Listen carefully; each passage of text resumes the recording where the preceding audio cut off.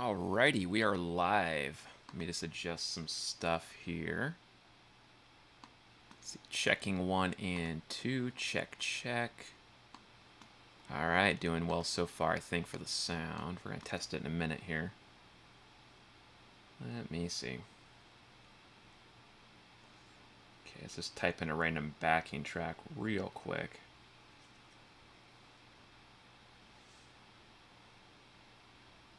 The next generation of really? Commercials? Always commercials. Let's do a quick test.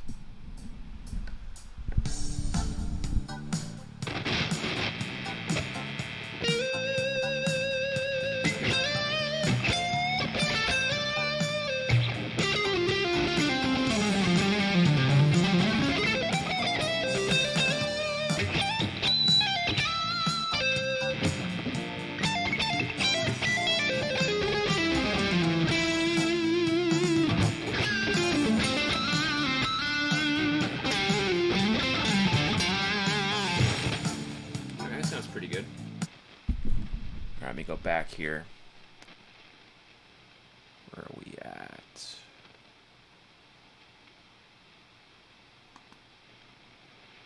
Hey, what's going on, Mitch? How you doing, dude? Just getting the old audio adjusted here. Let's see. All right. I think it sounds good. I don't know. You guys will let me know if it sounds like crap or not. So, I trust you guys. I trust you. Not too bad, thanks, man. Hopefully you're having a good Sunday. Good old Sunday, man. It feels weird live streaming on Sunday. Got to get used to the routine. This is only like my, what is it, my second Sunday live stream or something like that. Had to keep switching days, man, but finally settled on a day for now. For now. We'll see what happens. Sounded good? Alright, thank you, man. I'm glad it sounds alright. Heck yeah. Alrighty. Let me just check one more thing here.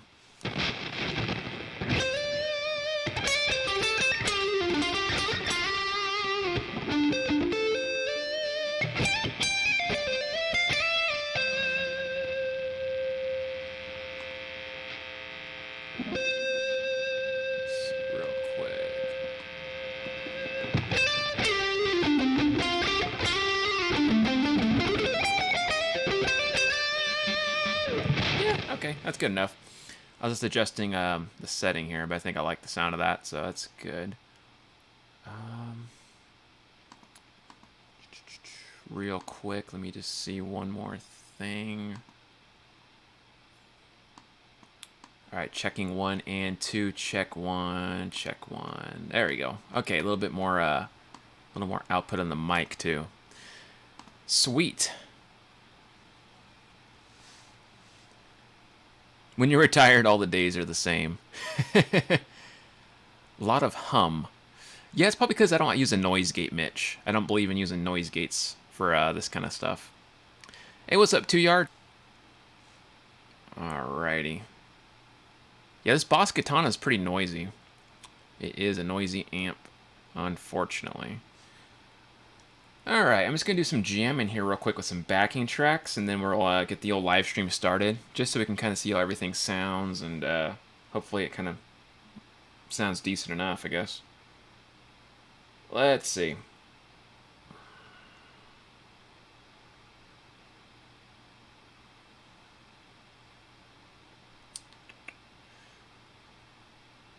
Alright, we're going to go slow motion here.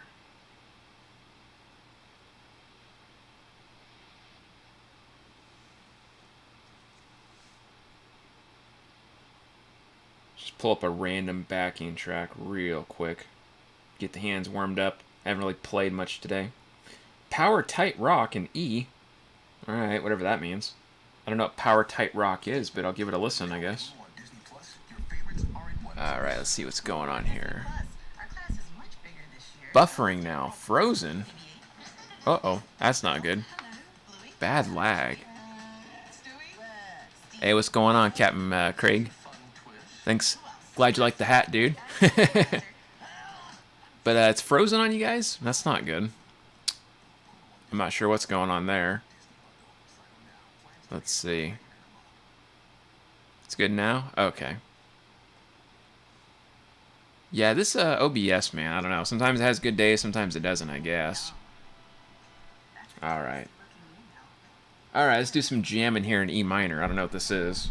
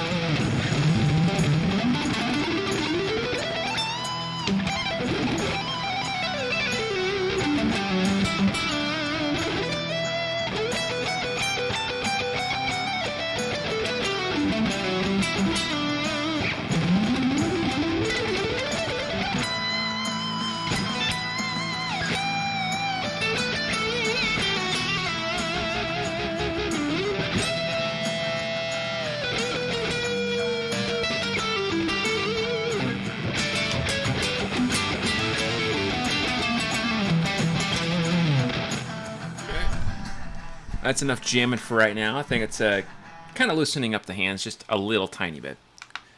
All right, let me go back here. Let's see. We could discuss lessons towards the end of the week. Yeah, no problem, dude. Let me know whenever you're ready, Craig.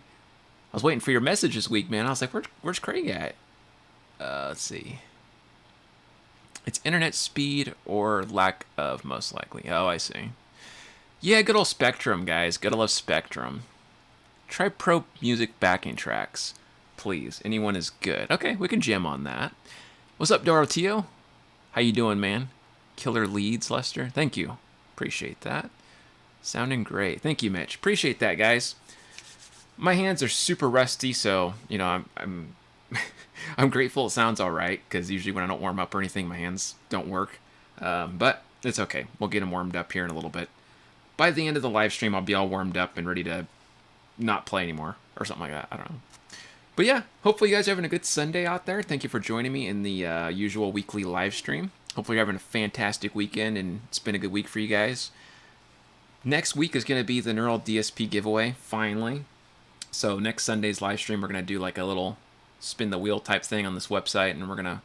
I basically got all the names programmed in there, and we're just going to like spin it. It's going to pick a bunch of winners, and that way it seems more fair, like instead of me just like pulling something out of a hat, because I don't know, it just feels more real. Like you can see all the names on the board and it spins it for you, and I'm not like in charge of it, so I just push the button. So it should be interesting. Super rusty, and you played awesomely. Well, thanks, dude. I appreciate that. Lester Paul Mitchell, guitar virtuoso and hair product magnate. Hey. Yeah, I don't know, man. I wish. That'd be kind of cool.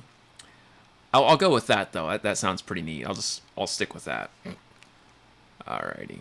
But yeah, hopefully you guys are doing well. Let's go ahead and do another backing track to warm up a little bit more. Let's see.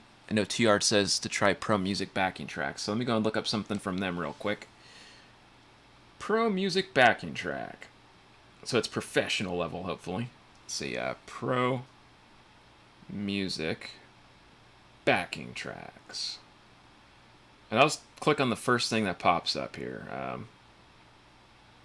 So a lot of these are smooth jazz. I don't know how well I'm going to do on that, but I'll try. This one's in C major, 84 beats per minute. Okay, we'll give it a whirl.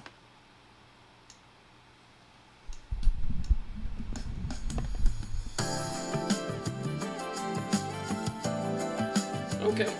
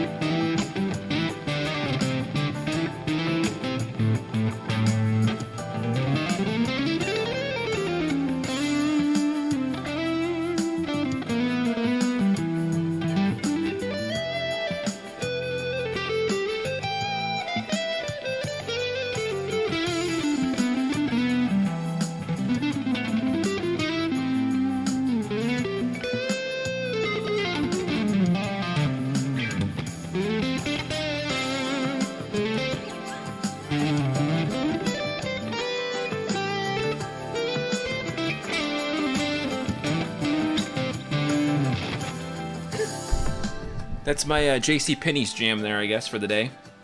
Now I feel inspired to go to Kohl's and look at their men's section. I don't know. All right, let's see here. Then you would have to take off that stellar hat. Yeah, I know. This is how I cover my hair, guys. It's a mess. I don't want to pay for haircuts. Too expensive. So I'm like, I throw on a hat. That's what most guys my age do, I think, right? I'm just going to go with that. What's up, Clutch? How you doing, dude? Is that disco? I guess, well, I don't know. I guess kind of similar, right? I think it's smooth jazz, but close enough. Great jazzy fusion rock licks. Thanks, dude. Appreciate that. I'm not much of a smooth jazz guy. I like listening to it, but I don't play it that well, so. Sitting on a yacht at a sunset. What's up, Ball Shredder? How you doing, dude? Oh, man. Yeah, that would be cool. I could see that, hanging out on the beach or something, chilling out. Okay, let's see. You've not paid for a haircut in 20 years? Oh my gosh. Well, you're a smart man, Craig. Smart man. That's the way to do it, I think. All right. But yeah, hopefully you guys are having a fantastic Sunday out there. I'm just screwing around, jamming and stuff. If you have any suggestions for any type of genre you want me to try playing with, I can.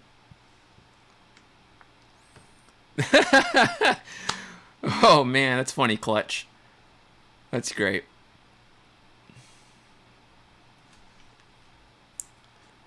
All right, let's see here. Let's go and look up some more backing track stuff.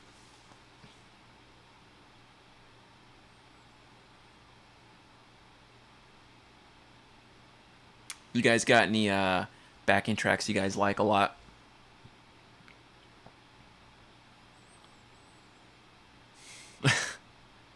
Yeah, probably not. Probably not. All right, let's see. I'm just going to type in backing tracks.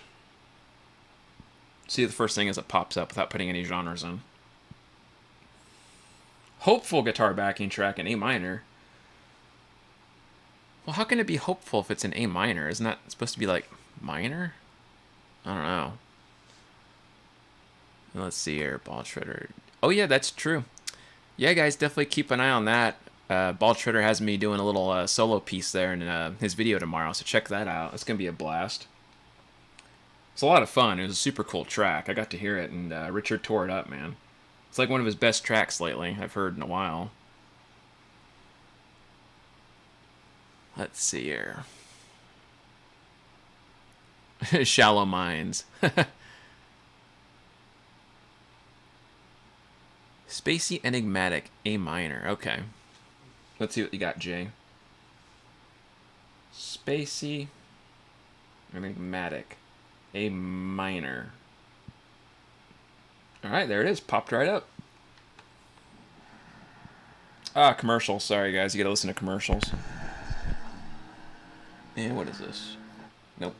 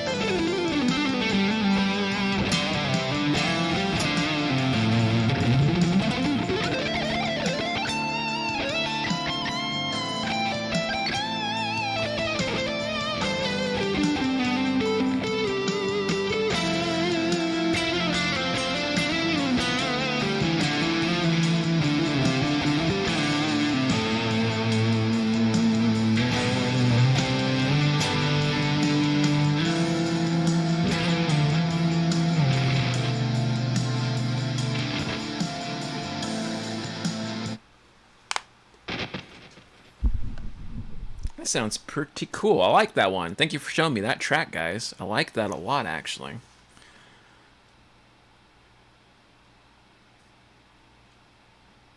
Let's see.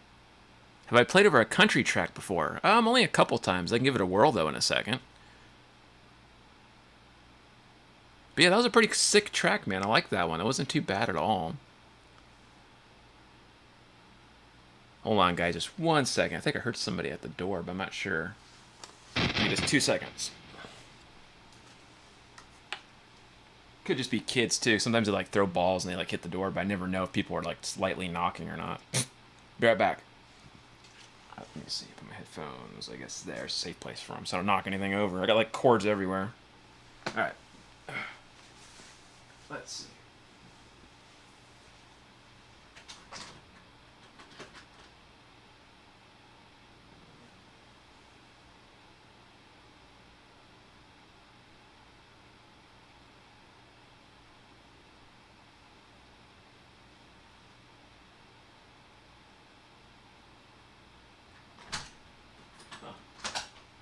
Guess not.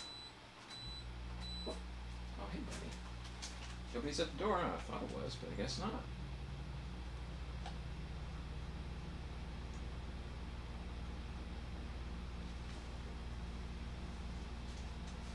Grab my cords too. And do this later. All right, bring this over.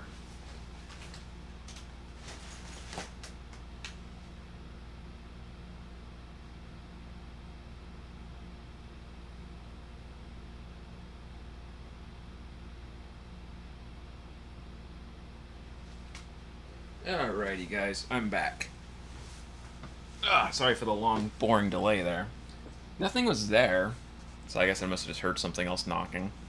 Maybe it was next door or something. Alright, let me see here. Missing the chat log, sorry.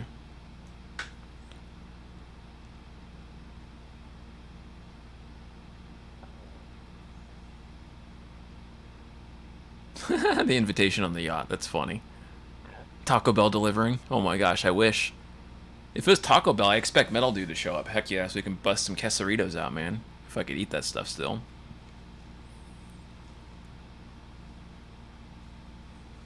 Yeah, that'd be awesome, man. Have a Taco Bell eating video. If my stomach heals up and I feel normal again one day with eating like greasy food like that, definitely gonna have to do a Metal Dude Taco Bell like bust down video. Mukbang or something, is that what they call it? Mukbang. I don't know. Anyways, I brought my other guitar over in case I need to pull it out later. I might pull out the Fesley later. We'll see. I still have the Fesley, by the way. It's just been sitting around. I never even used the thing. Alright, let's see. What's up, guys? What's up, Mike? How you doing? If I don't see you guys' chat message, just because I'm like, one, blind almost. Well, I mean, I can see. It's just not very well. And two, my computer's kind of buffering like slow, so it's like delayed. So bear with me. But yeah, I hope you're all having a good Sunday out there. I hope you're having a good time. I know Mike suggested, or not Mike, sorry, Mitch suggested playing over a country backing track, so let's try doing that. I don't know how it's going to sound, so bear with me. I'm not a country player. Don't, like, you know, hate me. I'm not trying to butcher the genre of country, I promise. I like old country, so I'll try to do my best here. Country backing track. What's the first thing that pops up? Let's see. In A major, I could give it a try. We'll give it a try. I don't know. It's just the first thing that popped up. Old Spice Gentleman Super Hydration Body Wash. Vanilla and shea. 24/7 moisturization with vitamin B3. Commercials. Why? How loud is that?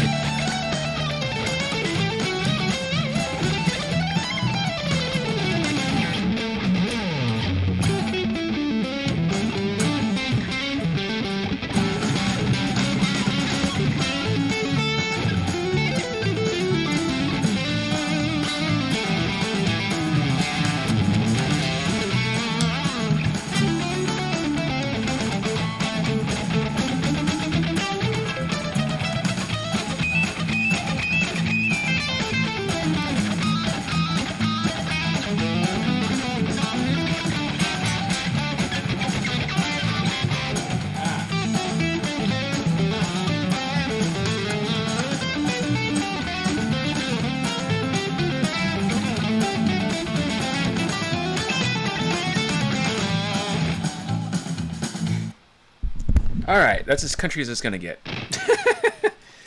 Jeez. And I got so focused on not screwing up and trying to play country style, I forgot to breathe, and I'm like, out of breath.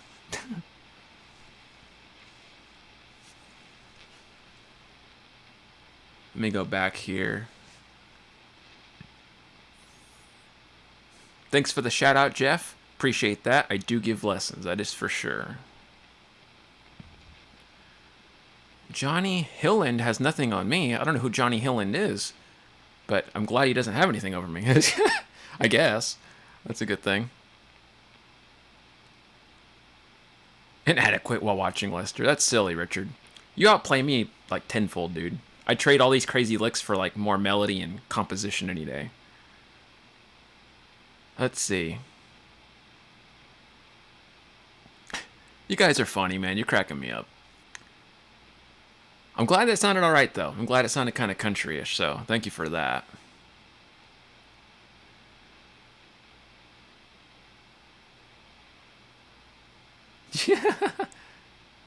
If you weren't afraid, that's silly, man. I'm a pretty boring guy, to be honest with you. There's nothing to be afraid of. Taking lessons with me is pretty laid back. So yeah, no pressure there. But cool. Hopefully you guys like that weird country jam. All I know is that country uses major pentatonic and like minor pentatonic mixed, and they do a lot of weird like staccato sounds and like hybrid picking, like chicken picking stuff, like Albert Lee. But I don't do it very well. Like I know they do the little like that kind of thing, or they do the little. But I have to use fingers sometimes because I can't just like jump between hybrid picking. So sometimes I'll just use the thumb and that little.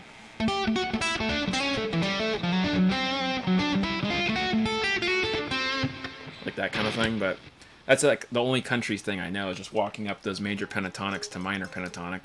That's literally it. It sounds fancier than it is. Where are we at here? Me and my friends are lifting heavy while drinking light. I think that's a good thing. I don't know. We need to merge into the ultimate guitarist. Yes, fusion. Do some Dragon Ball fusion or something. I don't know. That'd be cool. That'd be kind of weird if you could fuse with people in real life and like, that'd just be so strange. Can you imagine that if Richard and I actually fused into like one person for like a short period of time, like one day or something? That'd be hella weird. There's a lot of hybrid picking in country. Yeah, you got that right, Mitch. You got that right. It's way beyond me. But hybrid picking I'm okay with. Like, I've been doing it only 2 years, so I'm okay. I'm not great at it. Like, I could use a lot more work, and I'm trying to work on it more. But obviously, it's still new for me. I'm not a Greg Howe yet, but one day that would be the goal. I'd like to get to that point where I could do this chicken picking weird licks like Albert Lee or Greg Howe. I think that'd be kind of sick. Oh, but man, I am just afraid to learn.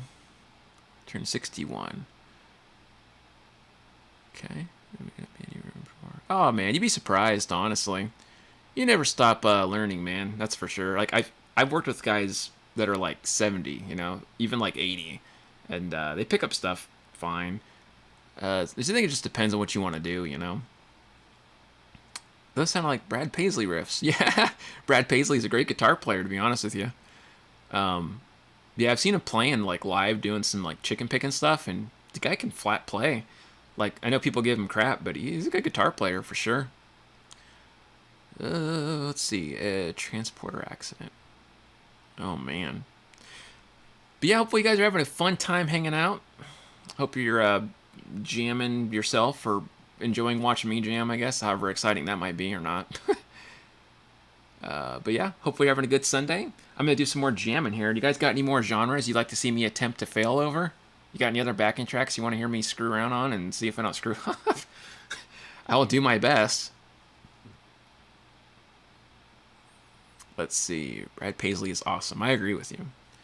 You're old and Lester's giving you lessons. Oh, it's ridiculous, Greg. You're not old, man. That's silly. Add me in. 3-person mix. Yeah, Metal Dude. Man, that'd be crazy if we had a Metal Dude, me, and Richard all in the same body. That'd be so weird. Just imagine that one. That'd be a heck of an album. Oh, man. Some weird alternate universe is probably something like that. multiverse theory or something. I don't know. One thing I realized, and maybe you guys notice this too, but like being a musician and like hanging around other musicians, you realize that us musicians are kind of quirky people. I don't know if you guys realize this or not. If you notice this, like we're not bad people. We're just a little quirky and a little strange. Like 80% of the musicians that I know in real life are a little out there. Like they like to look into weird stuff and think weird stuff. I'm not gonna mention names or what they think, but just off the wall ideas. And I'm the same way, I guess, in some ways. I'm not any less weird, especially when it comes to social things. I notice a lot of guitar players talk kind of awkward. I know I do a little bit, but I think it's a musician thing for sure. I don't know why that is. It's just, you know, it's kind of a running gag. Me and my one of my buddies said. It's just like it brings out all the eccentric people. We're very eccentric people, I guess. So threesome. That's hilarious. You could play the triangle. Count me out.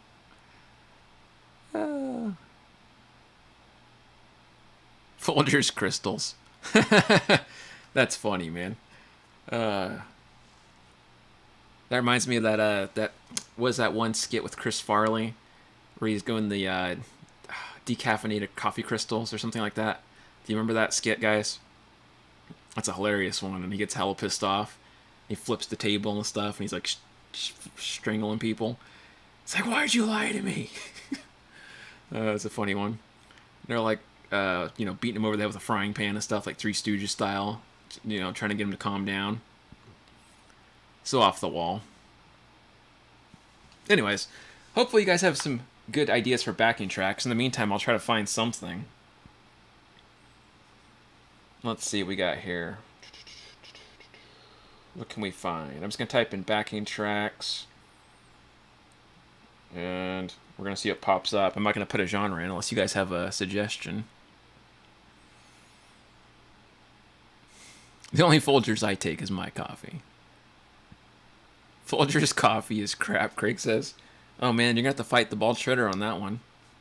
Get the boxing gloves out, guys. Who cares about Mike Tyson and Jake Paul? It's going to be Craig and the ball shredder. Maggot Brain, Psychedelic, E minor. The hell? Alright, I'll try it.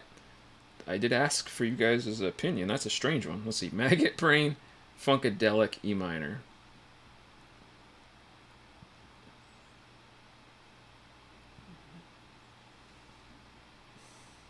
I think this is the one. Yeah. Maggot Brain style psychedelic rock ballad, E minor? Is that the one? And this is a Domino's commercial, by the way.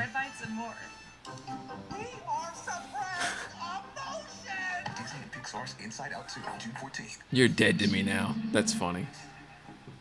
Alright, let's see what we got here. Ooh, it's like Pink Floyd.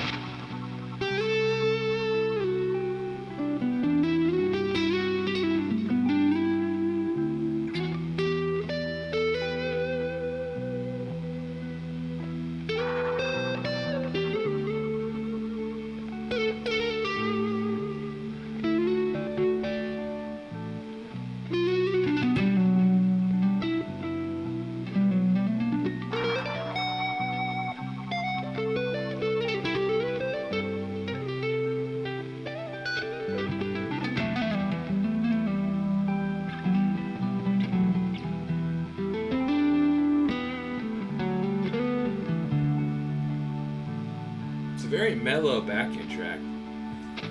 I mean, you could rip a solo, but it might feel weird.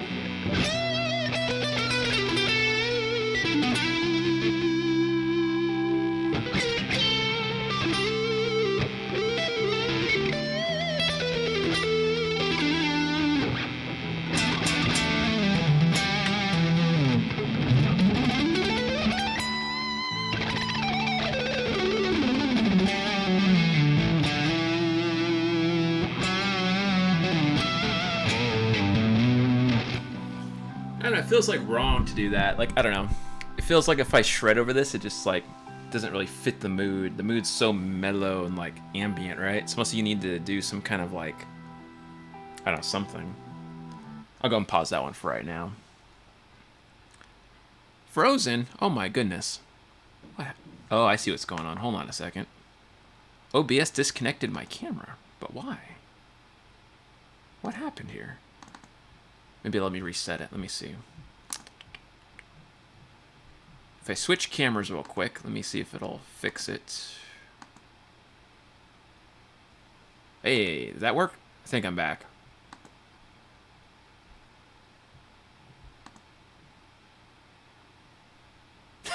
Can't see the shred. Oh, man. That's what happens when we do psychedelic rock tracks, I guess. It freezes the camera. Now we know. OBS got pissed.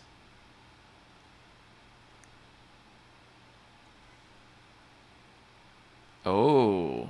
Yeah, Dream Theater. Dream Theater's crazy, man. These guys are straight up insane. I'm glad that worked, by the way. I'm glad it's fixed.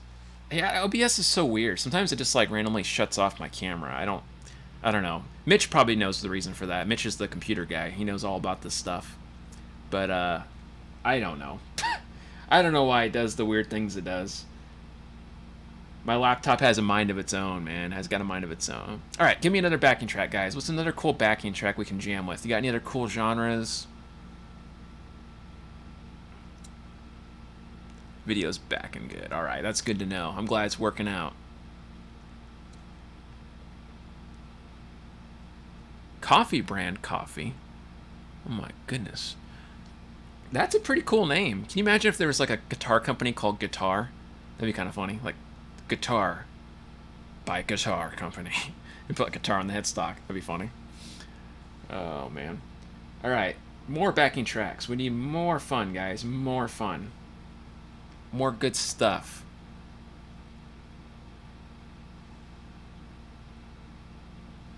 All right, cleared that one. So, let's see. This is go with my donut brand donuts. That's great. Yeah, I love the name of that. That's awesome. That was very innovative on their part. Death by Coffee. Ah, that'd be kind of a cool name for a band. Heck yeah.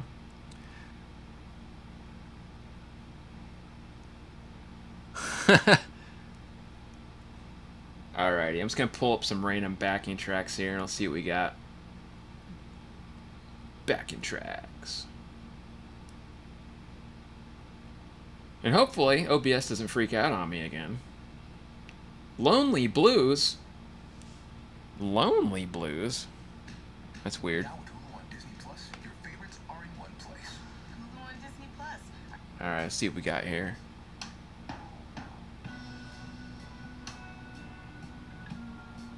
Let's see, OBS should not be locking up your camera. Always good to check out which USB port works the best. Interesting, Mitch. I'll have to look into that for sure. Oh, Sienna's got a backing track. Alright, Sienna, what do you got?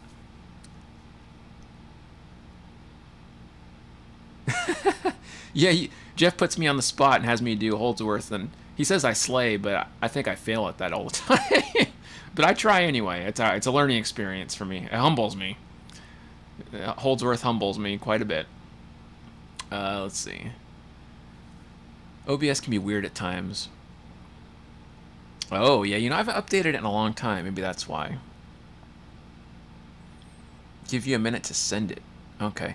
Yeah, if you could just tell me what it is, I could look it up. Only because I can't pull up Windows on my laptop. I have to like use my phone to do it. Only because if I try running like another window at the same time as a live stream, my computer will crash. Like if it's a YouTube video, I mean, I can't run videos or anything on here. Grocery store, grocery store. That's funny, Richard. Oh man. In the meantime.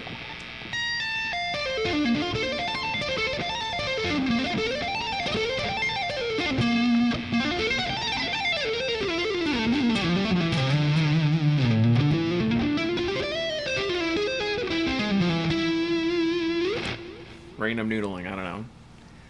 Latin Rock #1 in D minor. All right. We'll go ahead and check that one out in the meantime until Sienna gets her backing track going as well. So let's see what this one is real quick. The Latin one, I guess. Latin Rock.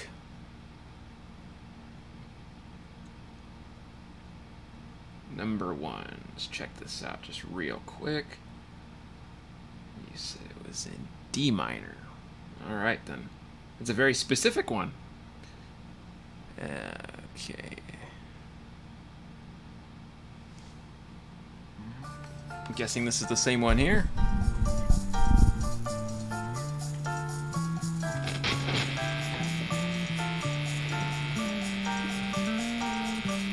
Cool bass.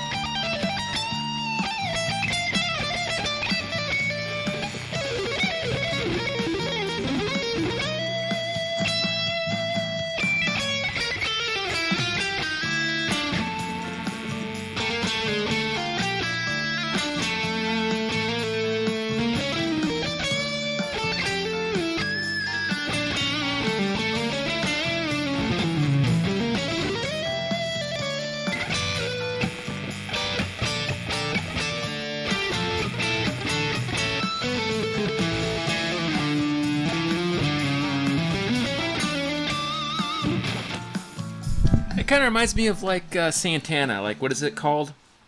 Smooth, I think it is. It sounds like smooth to me. I don't know. Kind of a funny little sound. I like it though. It's pretty cool. Did it freeze again on me? I think the screen is frozen again because I see my light on my camera's off. What's happening here? All right, let me reset this thing again. What in the world? Okay. Froze on a good timing. Look at my face. It's hilarious. What is happening there? It's like a caveman face. That's what that is. Okay. And it's not going to let me reset it. This time it's not going to do it or what? Let me see real quick, guys. Okay. I think I fixed it again. I don't know why it's doing that. That's very weird. Okay, let me go back here. I missed quite a few comments. Sorry, guys. Hopefully that fixed it, though. I fixed it on my end, so hopefully you guys can see me okay. Not frozen anymore with the caveman face going. That'd be good. Alright, so Sienna says... Oh yeah, the deep atmospheric ballad guitar backing track in D minor. It's on YouTube. Okay, I'll go and check that one out, Sienna. Oh, and you know what's weird? The camera shut off. I just saw it when I was using my mouse. What is going on there? That's weird. How does that make any sense? Any ideas, Mitch, why the mouse would, or is it just a timing thing? It just happened to be coincidence. That's weird. Let me just experiment real quick. I'm going to push the mouse a few more times. Maybe it's the camera, actually. Maybe the wire is, like, jacked up. Maybe that's the issue, because maybe me pushing the mouse a little hard was screwing up the cord. This thing was pretty cheap. This company that sent me this webcam. I wouldn't be surprised if it was made of, like, junky material. I might need to replace the webcam. We'll see if it goes out again on me, guys. Okay, where are we back at here? So yeah. Sienna wanted to do deep atmospheric ballad track or backing track in D minor. I'll go ahead and check that out. And I didn't miss anything else. Hopefully not. If I missed a comment, guys, let me know. I don't know what the heck's going on. I had to go back to my thing, and it's all mixed up. Okay, let's go ahead and check out this backing track, and hopefully it's not going to freeze on me again. I will try not to touch the keyboard too hard in case it is the cord disconnecting the webcam. I think I ticked it off or something. I don't know. Let's see. Deep atmospheric backing track. It's a long one. In D minor, yeah? So let's see how that looks.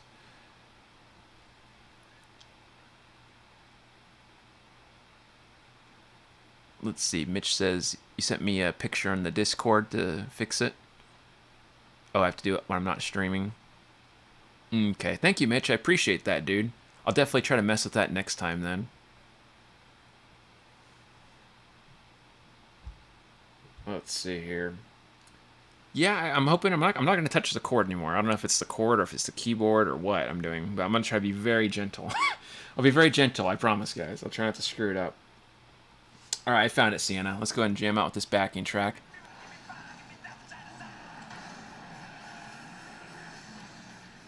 Let's go ahead and do this real quick here. Ooh, sounds kind of 80s.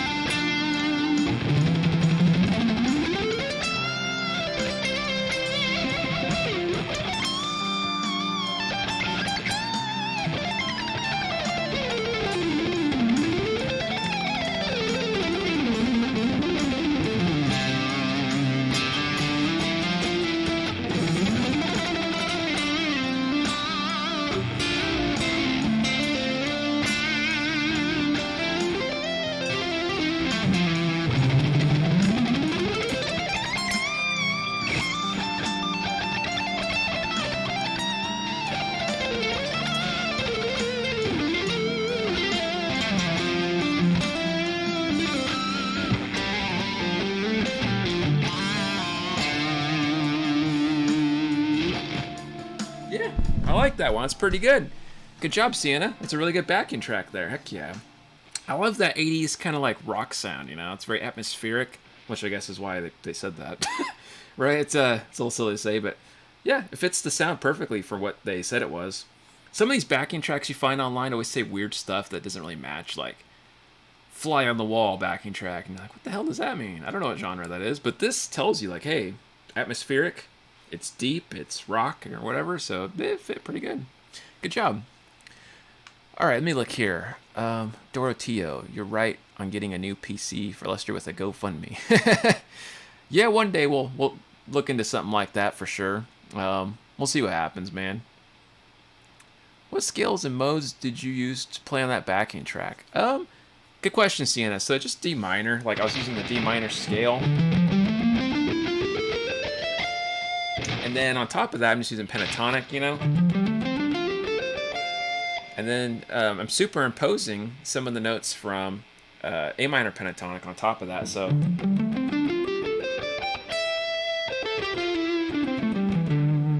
And then the last thing I was trying to do was just implement like some chord voicings, like doing these, you know, kind of ugly sounding chords.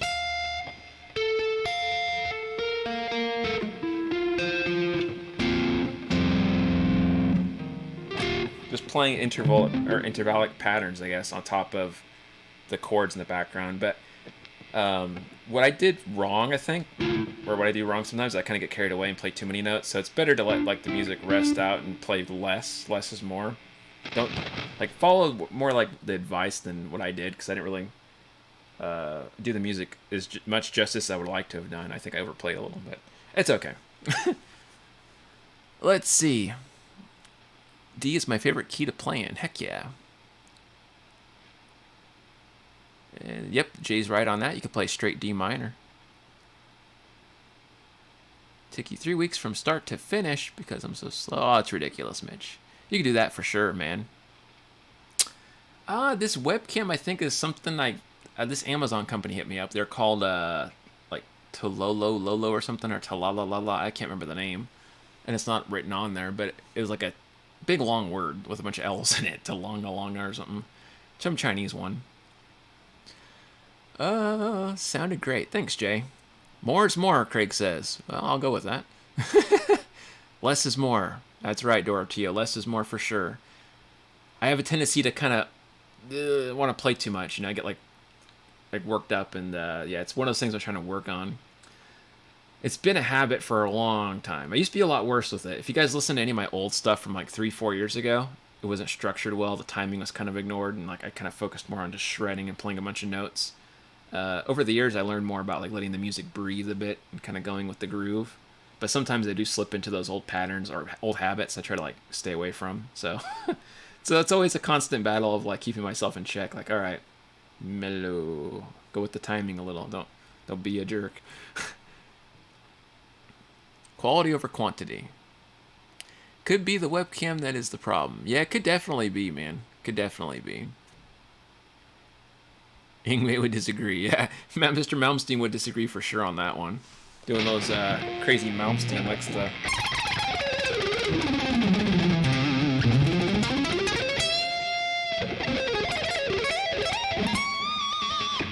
Little sweepy thingies.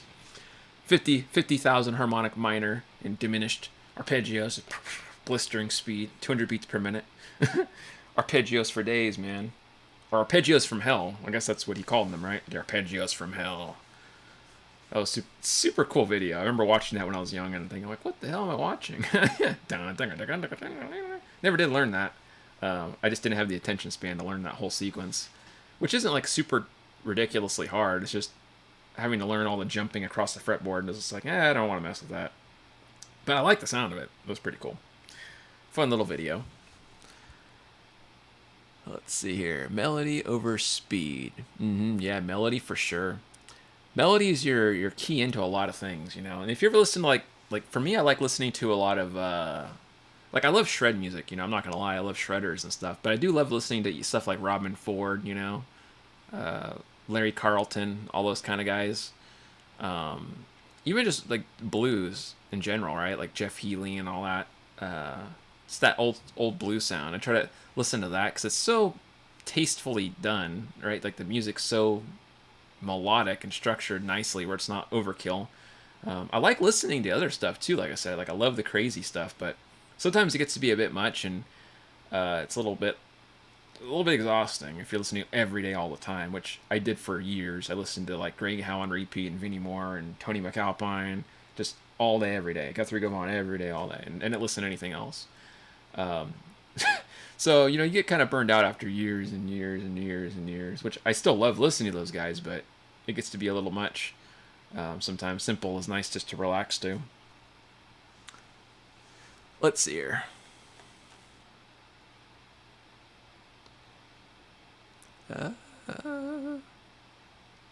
Yeah, Robin Ford's the man for sure. Love that guy.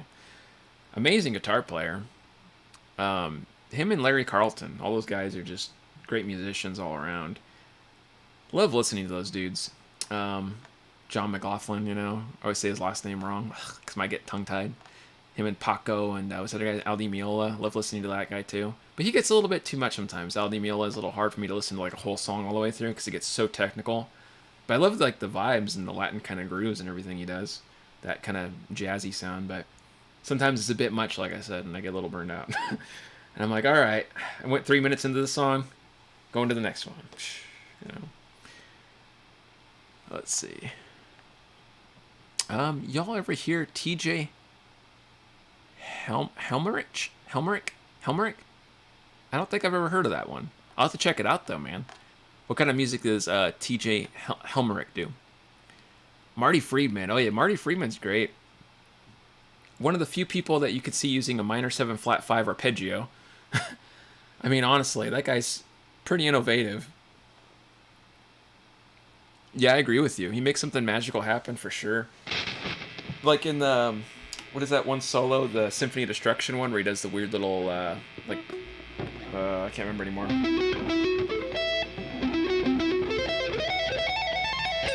That little weird sequence.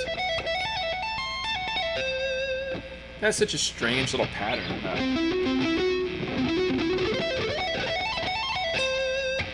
It's like, what the hell? Who sits there and figures that out and says, you know what, guys, I'm going to do this sweet little, our little arpeggiated thing here, and I'm going to sweep across, and it's going to sound kind of dissonant and cool. Like, it's such a weird thing, especially in a song like that, because, you know, there's not like a lot of harmonic context in that song to begin with. It's just, you know, F, E, D, F, E, and just power chords, too, not even like actual chords. So that's kind of a trip. Amazing. 80s hard rock guitarists that are the best timeless melodic solos ever. Oh yeah, man. The 80s was the place for all music for sure, whether it's shred or if it's, you know, just whatever. It seems to be the place to go. Let's see, agree. Veronica. Hey, what's up, Veronica? How you doing? You love that stuff too? Let's see. TJH was on a track with Brett Garsett on a guitar for a practicing musician sampler. No kidding, man. That's crazy. Yeah, you know, I believe it. Brett Garsett's another beast, man. I mean, I know he's one of the big, you know, influences for Tom Quayle, and Tom Quayle's a beast too. Well, besides Greg Howe, I know he was into Greg Howe a lot too, but that Brett Garsett guy is crazy with his legato stuff. It's just insane. It's a little something I thought of a while on a hopper. Let's see, it's the bass he was playing against mostly in Symphony. That is true too. That is true, man. The bass did a lot more work in that song than the guitar, I'd say, besides the solo part. The solo part's probably the only hard part for the guitar in that song. But yeah, the bass player's thumping the whole time. I remember we were covering that song one time. These guys that I played with like years ago. And the bass player was getting tired because he wasn't really big into playing like up-tempo stuff. And he always did his fingers, you know, like using a pick. So he was like doing that, and eventually he got kind of tired of doing that song. He's like just sitting there playing that over and over with the fingers. He liked the more slow kind of playing around, but he was an older guy, you know, and he didn't really do it like, he wasn't trying to be a fusion player or anything. He just liked having fun on the weekends. So he was like, guys, we really like this Megadeth song that much. I mean, he's like, I don't know if I like this one. He's a funny guy. Let's see. But yeah, awesome, guys. If you have any more backing tracks for me to jam out with, I'll do my best. Or if you have any questions about guitar stuff or whatever, I'll try to help out as best I can. I don't know everything, but I know a little bit, so I can try to help. And if I don't, I can point you in the right direction, maybe, or somebody that can help you. There's a lot of smarter guys than me out there. I don't know if you guys know who, like, what's that guy's name? Tim Is it Tim Lurch? Is that his name? I forget. It's a YouTube guy. He's got like 60,000 followers or whatever. Crazy good blues player and jazz player guy. He plays some amazing stuff. I was watching one of his live streams. I think it was it earlier today or yesterday or something like that? It might have been earlier today. I can't remember, to be honest with you. All the days kind of blend together. But he was doing some crazy, just innovative jazzy blues stuff, and I was like, wow. So good, too. But awesome, guys. In the meantime, I guess I'll pull up a random backing track, unless you guys can think of anything else you'd like me to jam out with. I'm going to keep the fun going, keep my hands warmed up, because once they cool down, I won't be able to play. They're going to get lazy hands. Okay, let's see what we got here. I'm going to go and pull up another backing track. Backing tracks, just random, I guess. I'll just pull up whatever random one pops up, like I said.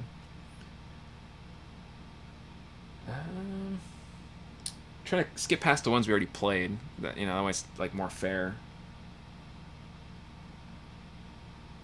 All right, here we go. This one says it's slow as hell, B minor. I don't know what slow as hell is, but we'll try. Oh man, Domino's commercial again. And now I'm getting a TikTok video for I don't know, something. TikTok algorithms or something like that.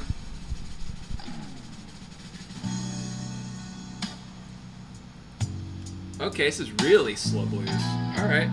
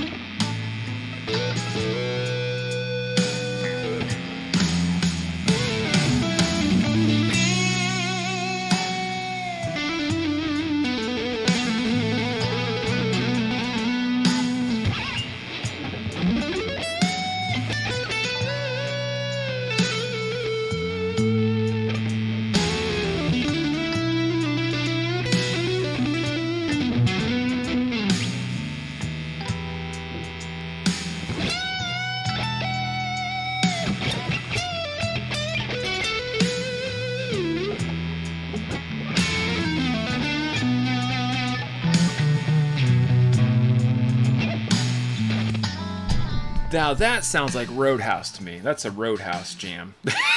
That's what that reminds me of. Or like a Stevie Ray Vaughan or something. I don't know. Like the background music, I mean. Not my playing, but just the background. Craig says, jazz is out of your league. Ah, no, it's not, man. You could totally pull it off. It's just a bunch of learning of chords and stuff. You could totally do it. Mitch says, I need to learn more arpeggios. All I do is major and minor. I can play the chords to Canon Rock D rhythm, all with arpeggio. Sounds pretty good when I don't make mistakes. Well, that's killer, man. That's a tough song to do, too. I know it can kind of trick you with all the sweeping and string skipping and stuff, so kudos to you, man. Arpeggios are where it's at. ZZ Top, Rough Boy is real melodic. Well, that's killer, man. I'll have to check that out for sure. Let's see. Craig hasn't heard that song since 1985 or something like that. Oh, man. Yeah, I'm going to try to stick to just backing tracks in this because I don't want to get a copyright strike. I already got one from like a few weeks ago. And it's going to be on my channel for like 90 days, which is annoying. But I can't get 3. If I get 3 copyright strikes, then they're going to delete my channel. So backing tracks are cool because I don't think I'll get in trouble for that. But I'm going to try to avoid a lot of like actual songs with vocals at least because I think the algorithm or whatever kind of bot thing they have picks up on that. But let's see here. You play it slow. Yeah, that's fine, Mitch. Hey, slow's better than not at all, man, honestly. At least you can do it, and you're trying. That's all that matters, dude. Heck yeah. Arpeggios, that's going to help your playing a lot for sure. It's not fun learning arpeggios at first, but it helps you a lot. And, you know, there's different ways to play arpeggios, right? So, quick little thing. If you're playing, like, let's say a major arpeggio, there's 3 major shapes that I like to think of. There's multiple ones people use, like depending on the system you do, like caged or whatever. I don't really do caged, but you can do stuff like if I'm doing a big stretchy A major, that's what I would consider like your first, you know, shape based off of that A major chord.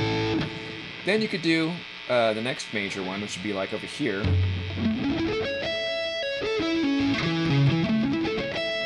Right, that'd be kind of based off of a couple shapes. If you're a cage guy, you can think like, oh, well, there's your D shape, I guess, if you want to think of it that way, right? Or you can think of it like your C shape there.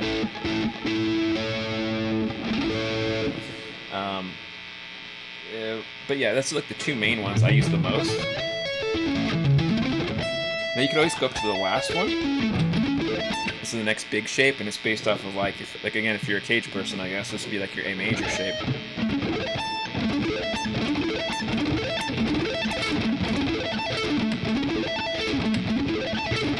Sloppy, but whatever. You get the idea. But yeah, those are the 3 big shapes, right? So you have those ones that are for your arpeggios that I use the most, at least. And there's multiple ones. Like, there's so many variations. If you go online, you're going to see, like, combinations where they're going here. Like that. Right? So they're combining 2 shapes together. Or boxes, or whatever you want to call it. So yeah, there's just so many variations, man. And don't just stop at major and minor. Learn all the other ones too. Like learn your, you know, minor 7 flat 5 arpeggio. So, you know, if you're doing something like over here, right? Just kind of getting used to those patterns.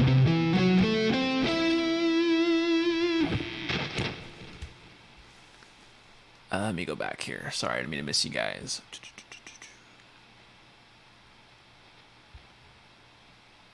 A lot of backing track artists want you to pay them to use their backing tracks. Oh, that's interesting. I mean, I get their reasoning, but I don't know. What about sweep picking? Sweep picking is not my best skill, but if I had advice for sweep picking, I'd say to work like subdivisions with a metronome. So, like if you had one specific, you know, pattern, you could do basically like if you're doing a count, like 1 and 2 and 3 and 4 and right, you could do something like that with a click going on.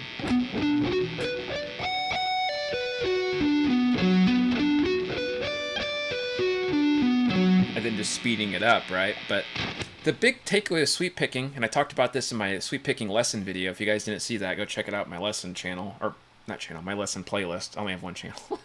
But I couldn't run 2 channels. I'm lazy enough with one. But yeah, so when you're doing this pattern, it's important to use the very lightest touch. Let the pick fall into the next string. So like this. And then back up, same thing, right? And when you do this, you want to kill the note after you're done playing it. So play, lift the finger, not off the string, but just up to kill the note. Because if you don't, you're going to get this. You don't want that. You want...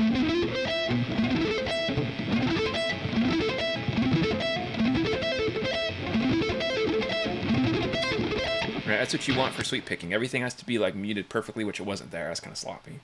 But you want your left and right hand to be completely like in sync, for one. That's where the metronome comes in. Playing different subdivisions helps speeding up. But you want to make sure that you're gliding your fingers across as the pick's going, and you're killing the note after with your left hand, not the right hand. I mean, the right hand does a little bit of muting when you're gliding your palm, right? But the left hand is what's doing a lot of the work, so you have to control the note. So getting used to doing things like this, even just playing, lift up. Like little buttons being pushed. Oh, sorry. Alright, so...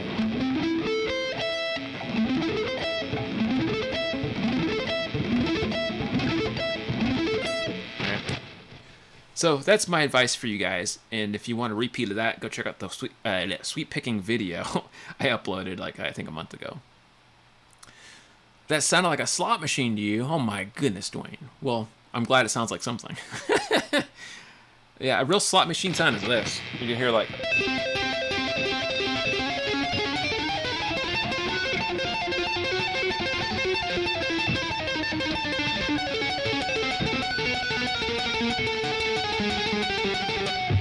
annoying tapping patterns like that. I think it sounds like a slot machine or something. See, most of your arpeggio starts off with an A string, bitch. That's all right, man. And Craig confirms C major shape. All right. But cool. Hopefully you guys are having a fun Sunday watching some random dude talk at you in a room with a guitar and play random notes. Hopefully that's exciting for you guys. I don't know. Hopefully. If you have any guitar questions about anything, let me know. Okay? Well, we'll do my best to not screw with you and give you the wrong information. I'll try. Play Dig Dug? Oh my goodness. You mean like the video game Dig Dug? Like the old Nintendo one? Is that what you mean? I don't even know how that sounds anymore, to be honest with you. I have to listen to it. Dig Dug. I haven't played that in a long time, dude. I think I kind of remember how it sounded, but barely. There's some video games I did learn because, you know, as a teacher for the last 8-9 years and working with, you know, a lot of kids and stuff and teenagers and whatever, I had to learn a lot of video game music. And I learned, what is it? I learned kind of a Mario type thing, right? What does that go?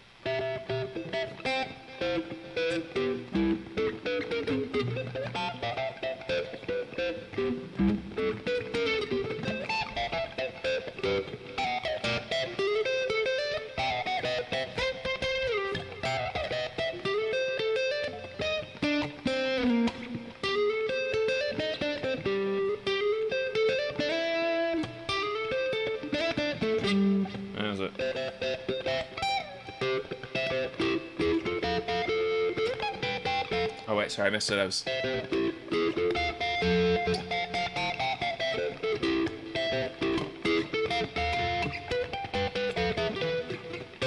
ending. That's what it was. I remember that one, but I haven't heard that in a long time either. What other popular themes that I have to learn teaching guitar? Oh, like Star Wars. Learn themes like that for kids, like...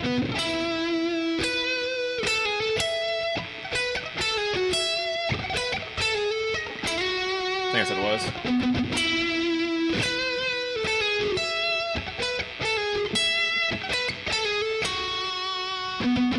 No. No. No.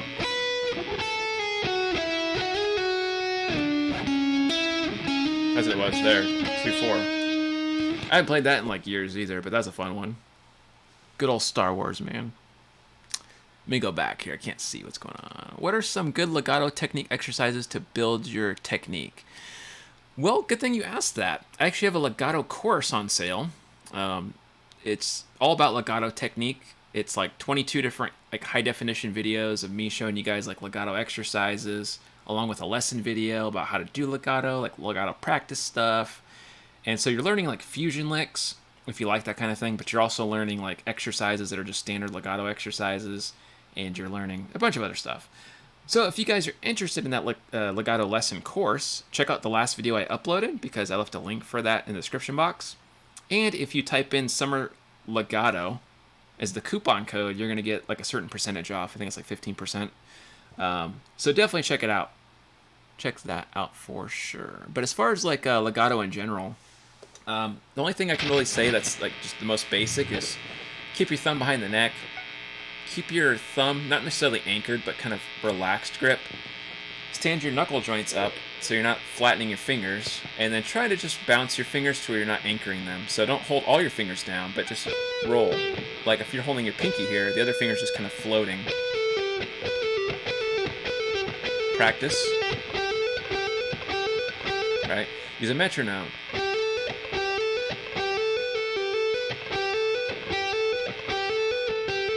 You can do exercises, you know, a million different ways. You can play scale patterns like... You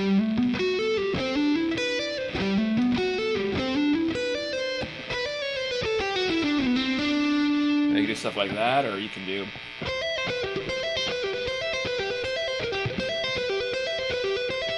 Or you can do stuff like, you know, where you're doing...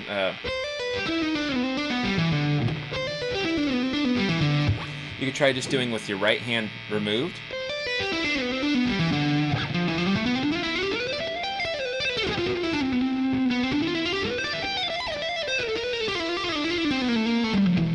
Right, just try practicing getting your fingers to move on their own without the right hand.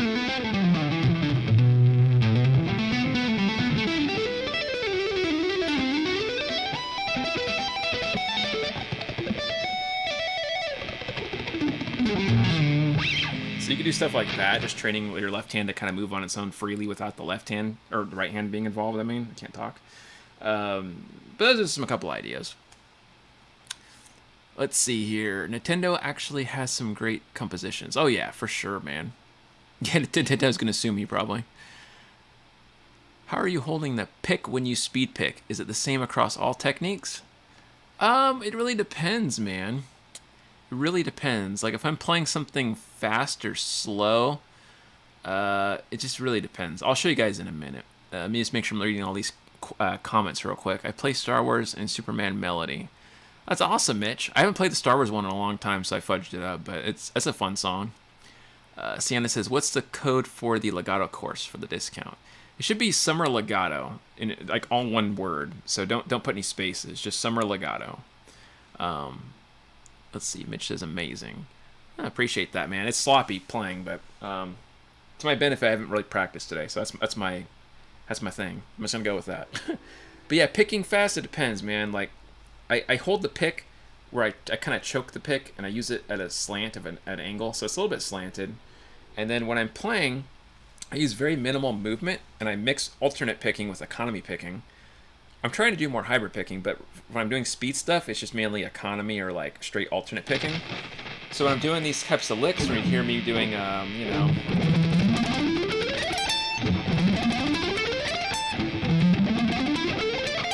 I'm kind of scooping my pick around to make this economy motion.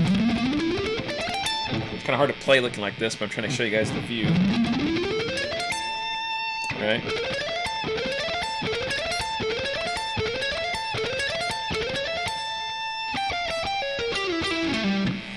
But if I'm not doing a shred motion with like that, if I'm not looking for the Michelangelo Badio sound, like the, right? If I'm not doing that, or if I'm not going up, then it really depends, because sometimes if I'm just playing like random alternate picking lines, I'm more comfortable with my hand closer to the neck pickup, and I kind of rotate my pick a little higher up. So if I'm doing something like, right, that kind of thing, if I'm doing if I'm just playing regular scales. So I kind of very lightly, I'm barely playing.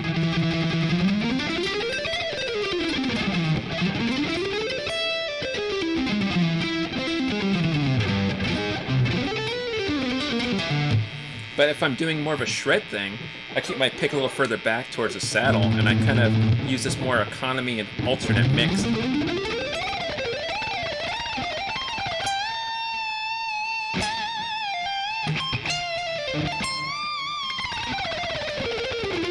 But it has a different sound, right? If I play the same lick, and I caught that from Govan. I noticed Govan changes where he picks and where his hand's leveled. So down here, if I'm playing near the saddle, I'll keep my hand down. Let's like palm in, picking kind of more alternate based with economy. But from up here, it's more just alternate by itself, or tremolo, which is the same thing as alternate fast, right? And I'm kind of hovering a little bit above, using more of the different grip, I guess. Just depends what it is. But hope that helps. Let me see here. Okay, yeah, Dorothy put the code in there. Perfect. Only Lester Paul Mitchell can call that barely playing. That's funny, man. But seriously, like, people can play circles around me. I do okay. It's very basic for what real musicians do. I like to just screw around and have fun. I don't consider myself a decent musician yet. Give me like 10 years. I'll clean up my act a bit more and get more proficient with stuff. Let's see, I've been playing a very long time. I can't come anywhere near that speed. I've been trying different pick grips. Have a good night, everybody. Gotta run. No worries, Clutch. Thanks for coming by, dude. Hope you have a good rest of your weekend. Well, it's already over, I guess. Well, hope you have a good rest of your week. Until I see you next time. What do we got here? I wish I could do You're Okay playing.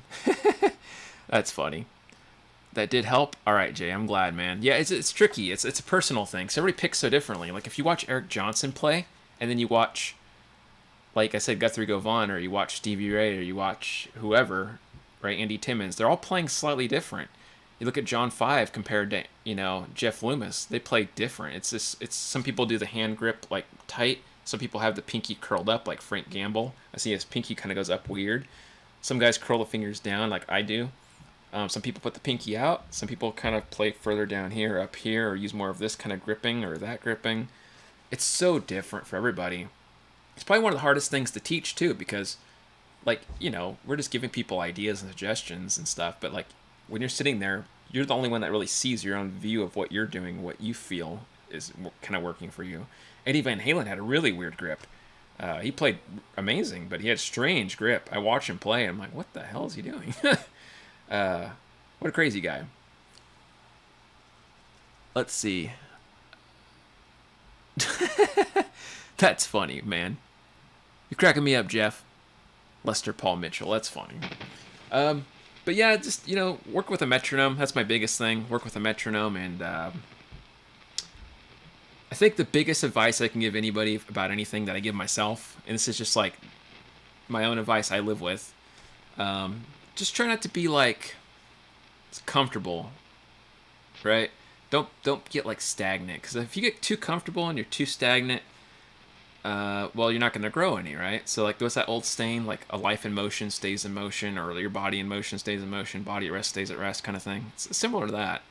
And the day you become overly happy with what you're doing, or confident to the point where you don't feel like you need to do anything else, you're not going to grow anymore. So I'm not saying to be like negative, like definitely be positive and celebrate the victories, but you got to be honest with yourself too, and like say, okay, this needs work. You know, what sounds like it's not so good. You know, you got to be honest with yourself, criticize yourself a little bit. I'm not saying go over the top, but that's my daily thing, right? I think every day, what's something I can fix? You know, what's my weakness? You know, what's one little thing I can do today to make my playing better tomorrow? Like, what can I do to improve my timing with the metronome? What can I do to improve my picking? What's stopping me? You know, it's a lot of self-analysis, and if you can do that, you're gonna get a lot better. Working with a teacher or not, it's irrelevant. I mean, yeah, a teacher helps, but at the end of the day, it's you that has to really get in your own head and build a routine down, right? So that's what I do every day. I just think every day is a chance to level up a little bit, right? It's a daily grind. If you're in my Discord, you know, I've talked about this a little bit. I said it's kind of like Dark Souls, I guess, in a way, if you're a gamer person, because you're like just sitting there grinding away, which is really what we're doing, right? We sit there for hours doing the same thing, hoping we might get like a micro bit better. And yeah, so if you can keep that philosophy, you know, you'll be getting better, I think. And that's something I'm still trying to do myself. So there's a lot of things I want to work on I don't feel like I'm comfortable with, and I try not to get stagnant where I'm just sitting there like, oh, this is good enough. This is fine. Unless you are okay with that. Like if you're okay doing that and you know you don't feel like you take it like to that level, you don't have to. I'm not saying everybody has to take it to that extreme. But for me, I'm always a little bit like underwhelmed. Like I always feel a little bit annoyed, especially when I listen back to myself. I'm like, God, that could be better. Why does that not sound the way I want it to sound? Like, why does that sound wrong to me?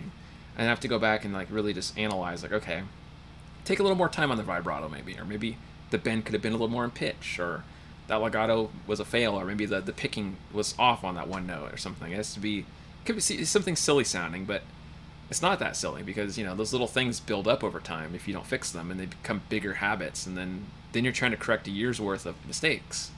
So anyways, that's my biggest advice for anybody watching this random guy talk in a room to himself. I don't know.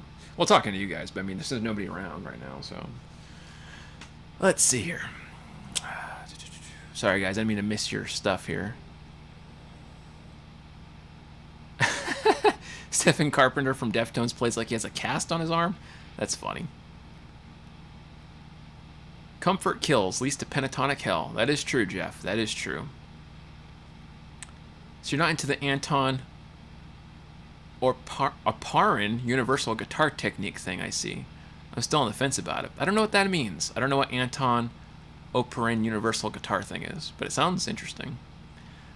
I could get my left and right hands on the same page. I'd have a lot better time of it. Yeah, that's one of the big problems, man. That's where the metronome comes in handy, you know? What do you recommend on making a practice journal for time management? Good question, man.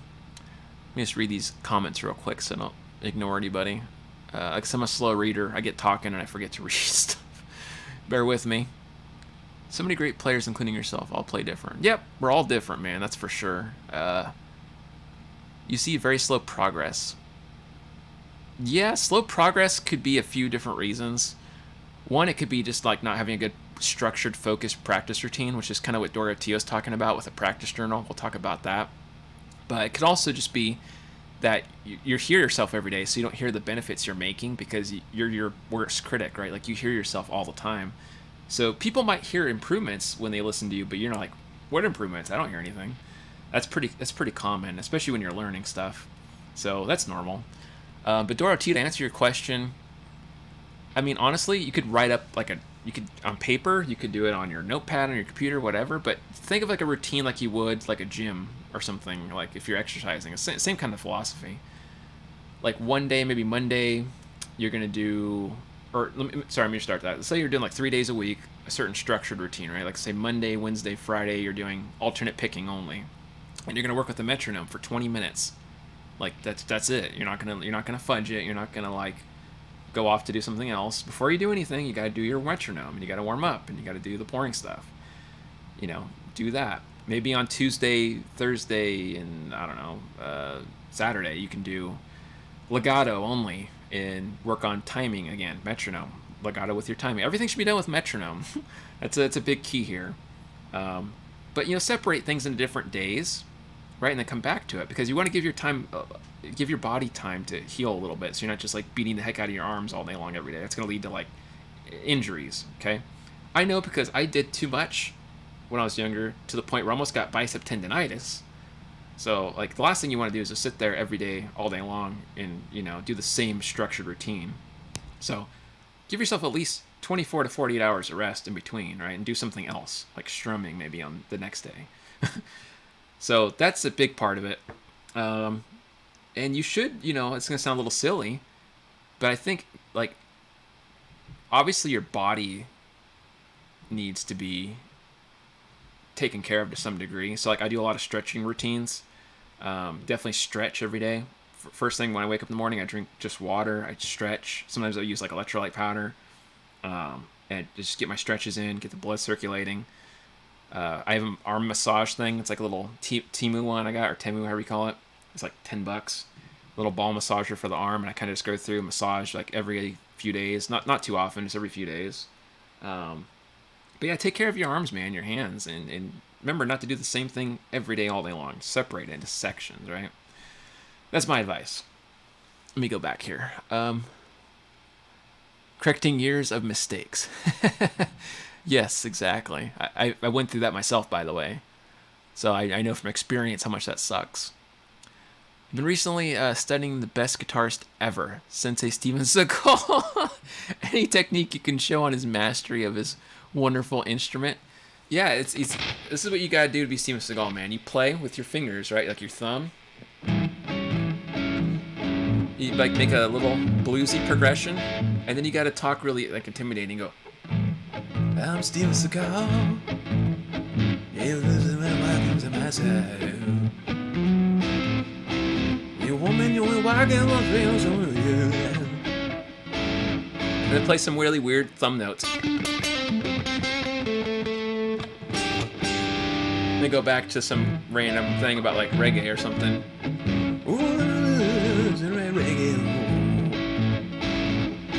And there you go. That'd be a Steven Seagal album right there.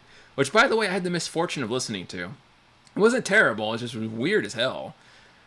Alligator ass or something. I don't know if I'm allowed to curse on here, but that's what one of the tracks was. And I was like, alligator ass?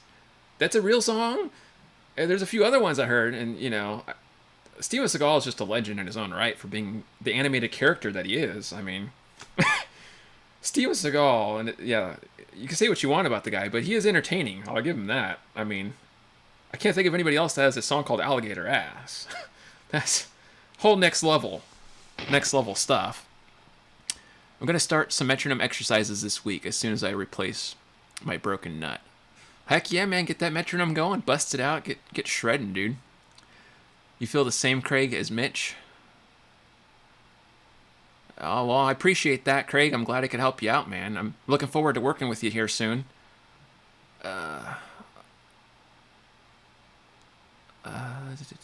Does NoFap increase picking speed? I don't know, man. Sure, why not? Let's just go with that, I guess. I've heard all kinds of stuff, guys. I've heard all kinds of different things. I've heard, like, some guys carry stones in their pockets, like, because they think it helps elevate chakras and playing. I don't know. I'm not into all that stuff, but whatever works best for you. If you have, like, a certain routine or whatever you like to do, or you like carrying stones, or you like to throw people into the volcano, I don't know. Whatever works best for you. Let's see. Anton O'Perrin is an amazing guitar player, but his vid is an hour, analyzes several greats, and says he teaches a technique that works for every style and technique. I don't know, but he shreds. That's killer, man. Yeah, everybody's got their own approach and own methods and stuff, but to be honest, it's all repeats of what the greats did already. So, I mean, like, there's only so many ways you can approach things to a point where it starts to become like marketing, which I don't blame the guy. Like, I'm all about marketing, make money, obviously, if you can, which is hard to do in music to begin with. But, like, there's no secret to anything. Like, everything can be found from a long time ago. Like, everything I'm telling you guys is stuff that I learned from, like, Petrucci or Vinnie Moore or, you know, whoever from, like, the 80s, you know, Frank Gamble, watching their lessons and reading their books and stuff. So it's like, it's not new information. I really doubt there's anything new out there, but it's just rephrased in a different way, right? Same thing with Burnt. Like, I like Burnt. He makes some really ridiculous content that I disagree with sometimes because, like, it's obviously fake. But he's a great player. I love his playing, and he's like the style I like to do. So, but same thing. Like, you know, I've had people ask me, is his method the best? And it's like, well, his method's the same as Vinnie Moore's was or any other guy back then. Paul Gilbert, it's all the same thing. How do you think we learned how to do this, right? We had our legends that helped us. But let's see. Didn't Jack Beck mostly play with his right thumb? Probably. You're probably right about that. Do you recommend lubricant on the guitar nut to improve tuning stability? Yeah. Sienna, I have no idea what to say to that. I've never once used, like, any lubricant on the guitar at all, especially on the nut. And, like, I have no experience with it whatsoever, so I can't tell you. Like, I'm a complete idiot when it comes to that. Like, I have no idea what even means. If anybody else here is smarter than me, which I'm sure a few of you are, you guys will have an answer for Sienna on that, because I don't know what to say to that. Let's see. Chatbot says we should eat a small rock every day. You know, Chatbot, or whatever you call it, Chat GPT, is pretty entertaining. Like, I'll chat music theory with it sometimes, and it's not like the greatest conversation, but it's pretty insightful, and it gives me at least some suggestions. Like, if you want to look up a guitar player you never heard of, ask Chatbot. Say, these are the guitar players I like. Give me some references what I'll listen to. And they'll bust out with like 50 influences of theirs or whoever, and you're like, whoa, that guy? I never knew he existed. And I actually found out a few different guitar players from that, actually, which is pretty entertaining. Let's see. You're a fan of John Frusciante? That's the guy from Chili Peppers, right? Chili Peppers are great, man. I have no problem with their music at all. Let's see. Until Alan Holdsworth, and he was... Oh, yeah. Yeah, Alan Holdsworth's in a league of his own, I think, which is to be fair. And let's see. We only have 12 notes. Only so much can be done. Yeah, that is true, man. It's just different approaches to do the same things, right? Nut sauce for the nut and saddles. Okay, there you go. Nut sauce for the nut and saddles. I've never messed with it, so I don't have any clue on that. Let's see. If you use a vibrato tailpiece, it's good for it, huh? And it helps with windings from catching in the nut. Wow, that's interesting stuff, man. Yeah, I've never seen anything like that, so that's pretty cool. Been recently looking into a new combo amp, $300 to $400 range. I mostly play Alice in Chains, Stone Temple Pilots, Soundgarden. Oh man, that's killer, dude. Heck yeah. Great band choices right there. I love all those bands. But yeah, if you're looking for a good like combo amp, like, do you want effects or do you just want distortion, like just basic, right? I'm guessing you don't want like, you don't want any like, do you want delay and flanger and all that stuff too, or do you just want basic, like distortion clean? Because if you don't mind just like a dry amp like that, the Orange 35 RT that I use for like all my stuff on YouTube is my go-to amp. I love the sound of it personally, and I think it gets a really nice, just like the sound you're talking about, like that 90s kind of grungy sound. But if you want an amp with effects, you have a few different options. There's Fender ones, right? And then there's Boss, like the Boss Katana one. There's the Marshall Code, which is kind of like the Boss Katana, I think, just a little different. Marshall Codes are all right. Marshall's a good brand. But if you're going to go with a Marshall, I think you should go with probably like the MG30, I think is what it is. Because I think that has delay and phaser and all that, distortion. Like two different distortion settings, like overdrive and then distortion, and then there's like a clean and a light, I don't know, mixed one. But it's 4 channels. So yeah, look at the MG series ones. Those are pretty good. If you want to do Marshall, that is. You like the option of reverb. Okay, yeah. If you just want reverb and distortion, the Orange 35 RT that I told you about is perfect because it has the reverb on it. Let's see here. Get the PV Vimmer. Oh, Viper one. Yeah, the Viper one's pretty cool, man. Nothing wrong with that. It's kind of like Line 6, but a little different. It's got like a Van Halen sound to it. Does the head works if you don't have the cabinet? If you don't have a cabinet, no, you're not gonna. I mean, you won't have anywhere to. There's no sound that's gonna come out of it.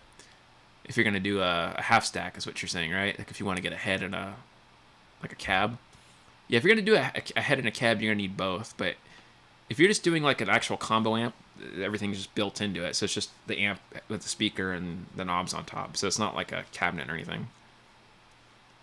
I'm not saying it in the most intelligent way, but forgive me. You get what I mean.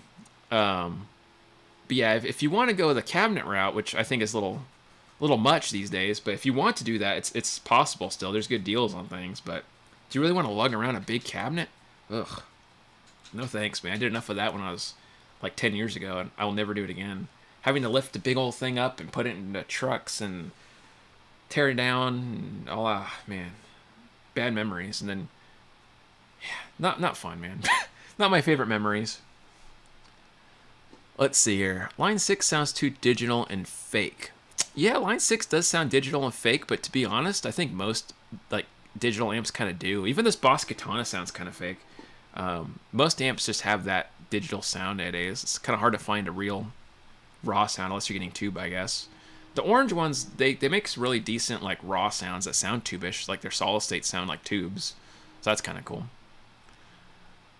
Let's see here. I'm reading the comments. Sorry guys, I need to get Hughes in Kettner Spirit of Rock 25 watt nano amp. That went right over my head, dude. Way over my head. You have a full stack? Oh my goodness, I'm jealous, man.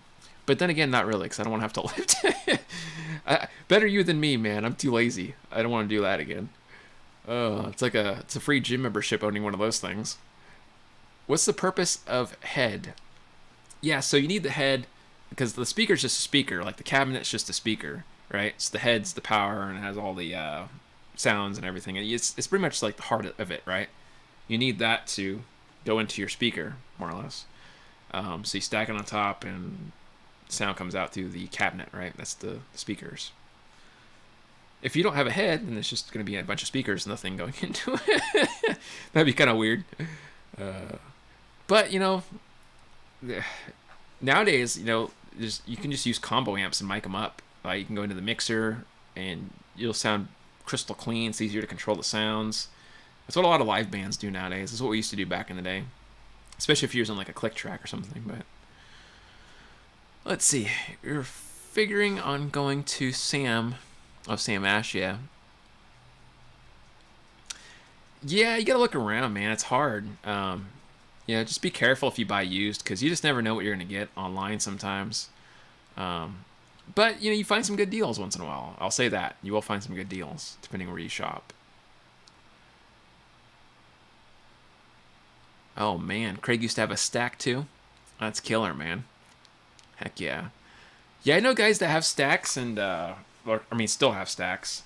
They got like the old school Marshall ones and everything, and they sound cool, but man, I'd have no room in my little apartment for those. I used to have, what was it?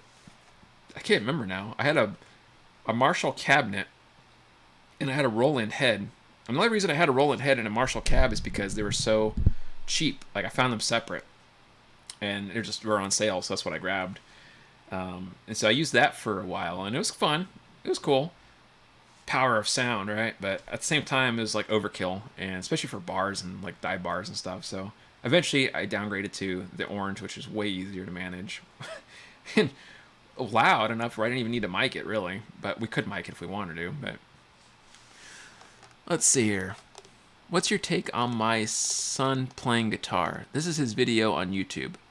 Shred Lorenzo 2. I'll check it out here in a sec on my phone. Let's see it. I'm practicing right now. Are you, Mitch? You're joining in on the fun? Hell yeah. That's awesome, man. I love that. We're all here in this guitar community jamming out together. Heck yeah. But let's see here. You said your son on YouTube is Shred Lorenzo 2. Okay. I'll check it out real quick, and I'll give you my best, I guess, insight? I don't I'm just a random guy on YouTube, man. I don't know how much insight I have, but let's see. Shred Lorenzo 2. Whatever happened to Shred Lorenzo 1? Just kidding. Dumb joke. Alright. Okay, I see. It's on your channel, Doroteo. Okay, I'm gonna let you guys listen to this with me. This is a commercial. TikTok.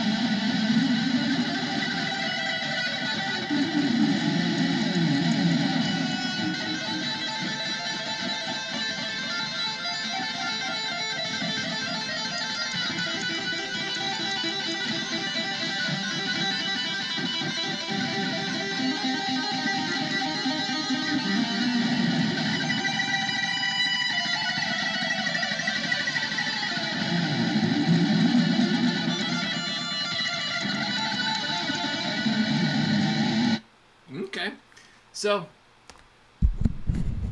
how do I say this? It's good. Like, your son plays good, man. He's got good picking technique. Like, he's solid with his tremolo picking. His right hand's good.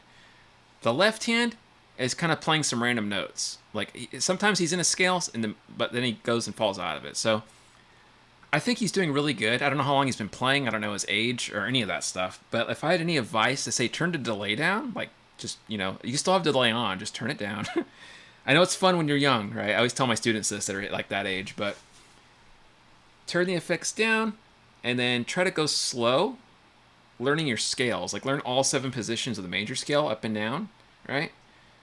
And for those of you that don't know, that's going to give you the 7 positions of the minor scale because of the same shapes in different order. But if you learn those, he's going to have way more freedom, and he's going to be able to do all the stuff that, you know, he wants to do because he has the right hand technique. His picking is solid. He just needs now the scales in the proper form with the left hand. Once he gets that going, he's going to be, like, unstoppable, man. Especially at his age. I can tell he's younger still, but that's really good. So that's my advice. Work with the metronome and do the scale patterns up and down, and then whip it out with the shredding, man. I think you can do it. And by the time in the next few years, he better play as good as me. It sounds like he has the ability to. I think he could do all the stuff I'm doing, so don't ignore the potential. Dang it. And by the way, kudos to you, Doroteo. You have 2 kids that shred. I know Sienna shreds too, your daughter. We saw the Joe Satriani video, which was killer. So yeah, 2 shredders in the family. Heck yeah. Dad's raising them right. You have some locking tuners for my Jackson. I need to put them in before our lesson. Yeah, killer, dude. Go for it. That would be pretty entertaining to see what you put on there. Let's see. By the way, you can play guitar if YouTube or in YouTube if you share in my case the Reaper application. You can play guitar in YouTube. I don't know what that means. But I'm using Cakewalk, Mitch. I use Cakewalk and I run it through ASIO. So I'm running it Boss Katana into my Scarlett, into Cakewalk, and then into YouTube that way. Same thing, more or less. Dorotio says 3 shredders with me. Heck yeah, man, 3 shredders. Got a family of shred. Who needs the Brady Bunch when you have the Shreddy Bunch? I'm gonna nickname you guys the Shreddy Bunch now after that. Because you got nothing but shredders in the house, man. Does mom shred too? I'm not gonna be surprised. Do you have a brother that shreds also? You're gonna have like a whole bunch of shredders going on. Oh man, it's killer. But yeah, hopefully you guys are having a good Sunday. I'll probably be here another hour or so. But if you guys want to jam out some backing tracks or you have some guitar related questions, let me know. I'll do my best to jam out. I'll do my best to talk guitar stuff with you guys. If there's something I don't know, I'll let you know. So, yep. Let's see. Thanks for the advice, Lester. I'm all the way in Boston. It's just about midnight here. Falling asleep, getting old. No worries, dude. Thanks for joining me, and I hope you have a good rest of your Sunday night and rest of your week next week. It's a weird thing, because it's not the weekend anymore. But anyways, hope you have a good rest of your time. Your wife doesn't play any instruments? Okay. All right. I was just teasing, man. I was thinking, man, it'd be funny if you guys, like, entire family was shredders, and you all just got together on Thanksgiving and whipped out the guitars and start ripping it. It'd be pretty cool, actually. Oh, man. I have no musicians in my family, you know. I guess I had an uncle, apparently, that was like a pianist. And I only met him like one time. He passed away of diabetes, but he was like a jazz pianist, I guess. And he played on boat cruises and all that, so he was real technical. And I only had one conversation with him when I was younger. I was like 15 years ago. And I just said to him, you know, like I forget what it was that brought up the conversation. We were talking about music, and I asked him advice or something. And he was just like, he was a real stern kind of guy, and he's like, yeah, guitar players, you know, they're a joke, man. It's not real music. It's not real. Get into a real instrument, he told me. Get into piano. Get into something real, like a real instrument. Learn how to read music perfectly, sight read. You'll be good. That's what he told me. And just forget about the guitar stuff, he told me. And, of course, I never did forget about the guitar stuff, but I get what he means to some extent, because obviously, you know, pianists and other instruments have more, like, job opportunities than a guitar player, but I remember that irritated me as a kid, and I heard that, I was like, I'm not going to stop playing guitar, man. But, yeah, I get it. It's cool. Let's see here. My mom played horrid gospel tunes. Real white people stuff. Oh, no. Yeah. Oh, man, I feel ya. Yeah, I know those tunes, man. I know those tunes. So I share in your pain. I grew up in a lot of that stuff, like Pentecostal stuff. I'm not religious or anything right now at this point in my life, but when I was younger, my mom was all into the Pentecostal stuff, and she was also mentally ill, but not because she was Pentecostal. It just happened to be the two. But yeah, so I heard all those what do they call them? Old gospel tunes, I guess. You have an uncle that played guitar many years ago, but that is it. I am a misfit, but my kids all play some instruments. Oh my goodness, man. That's awesome. Again, good parenting there, Craig. Heck yeah. You the man. Yeah, I don't have any other... Or actually, I take it back. I think I had like according to somebody in my family told me, like I think it was my great-grandfather, that's what it was. Not my grandfather, but my great-grandfather. Apparently he like built guitars in France or something. And so he lived in France, he built guitars, but apparently he was an alcoholic and like he killed himself or something. That's the story I was told. I don't know how true that is or if he even really built guitars. I never even seen a picture of the guy, but that's what they told me. So I guess that counts in some way if you actually play guitar. We have one guitar player in the family then, besides me. That's 2, I guess. Count great-grandpa. Oh, man. Oh, no, your mom's a holy roller, too. Sorry to hear it, Jeff. Yeah, oh, dude, I hated that growing up. People wanting to touch you and, like, shake you. And handsy people, man. They get all up in your face and stuff. And, like, you're like, ah! Especially as a kid. That scared the hell out of me. But, yeah, I feel your pain, dude. Sienna, you played piano since you were 5 and classically trained. I love guitar, too. That's good to hear. I love that. The fact that you play piano and guitar, way over my head. That's amazing. I tried to get in piano. I really tried my best. Like, I wanted to try. And, you know, I had some good teachers. Like, these girls were really smart, and they were really friendly, and they dumbed it down for me. Wonderful teachers, but I just couldn't get it. I tried. I get the hands, you know, they tell me, you got piano hands, you know, it's going to work. But when it became like, okay, now you're going to read the bass and the treble clef at the same time and do two different things at once, I was like, I could barely read like one staff perfectly, and you want me to read two at the same time? Yeah. And then you got to read like two ahead while you're playing. So I want you to be like focused on that one when you're playing measure one over here. And I'm like, no way. There's just no way I can do that. Like, I'm sure maybe I could, but I don't think I have the brain power, honestly, guys. So, Sienna, if you could do that, you're already way ahead of the curve. Kudos to you. How to figure out fast playing sections? Maybe could you demonstrate with a song like Buckethead Knotting Lace? Is that what the song's called? Knotting Lace? Yeah, we could check that out, man. So, let me see here. I can show you an example of what I would do. And I'm not going to use Buckethead as an example because I don't want to get like a copyright strike or anything. But I will show you something you could do to build speed that will be applicable to what we're talking about. So bear with me. I'm going to put the metronome on.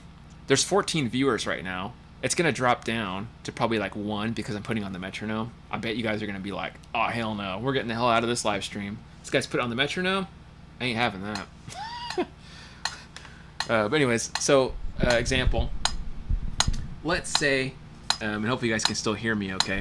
Let's kind of turn it back for a second. But I'm going to do a basic exercise just running through subdivisions, and then we're going to bump up the BPM, all right? So.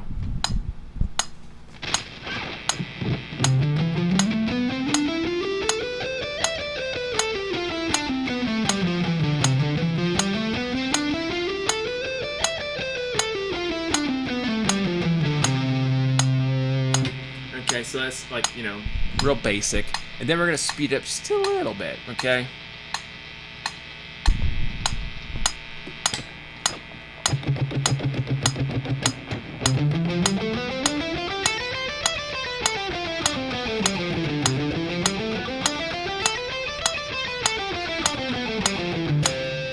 Okay, speeding it up.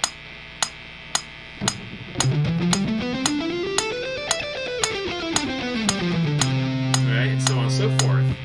Let me see here. Speed up just a little bit more. Now, when you get to a speed like this is the problem. Because when it gets to a certain speed, you lose everything you just trained for. So you're going to have to go really fast. It's almost like tremolo picking at this point. You could just do one string at first.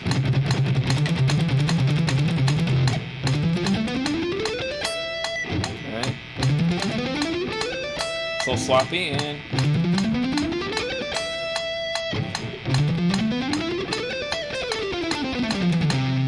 okay, it's a little sloppy, but you kind of get what I'm saying. You're taking this little picking pattern.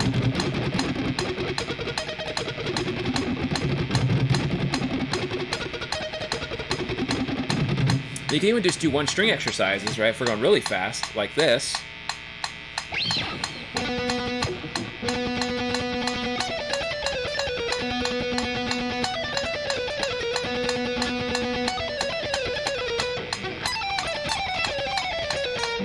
All right, here we go.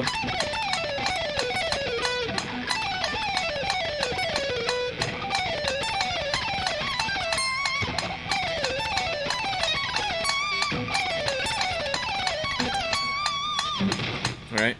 So my point is to do a few different exercises. Like one, just do basic subdivisions playing slow speed and moderate speed, and then go up to fast speeds and see if you could do like a mixture of like, well, tremolo picking, in my opinion, is just really fast alternate picking. So get that going with the metronome and then add the fingers next, right? Like a little motor, because you got to train fast and slow twitch muscle fibers. If you're always working slow twitch muscle fibers, you're never going to get any better at fast twitch muscle fibers, right? You could play all day long at 80 beats per minute, 16th notes. You're never going to shred. You have to try to push yourself into that barrier. So there's two ways to approach that, like I said. With the slow metronome, do subdivisions. With the fast metronome, force yourself to go fast, but in time, with the right hand, then add the left hand in. Right? If I'm playing with that, you know, opposite sound.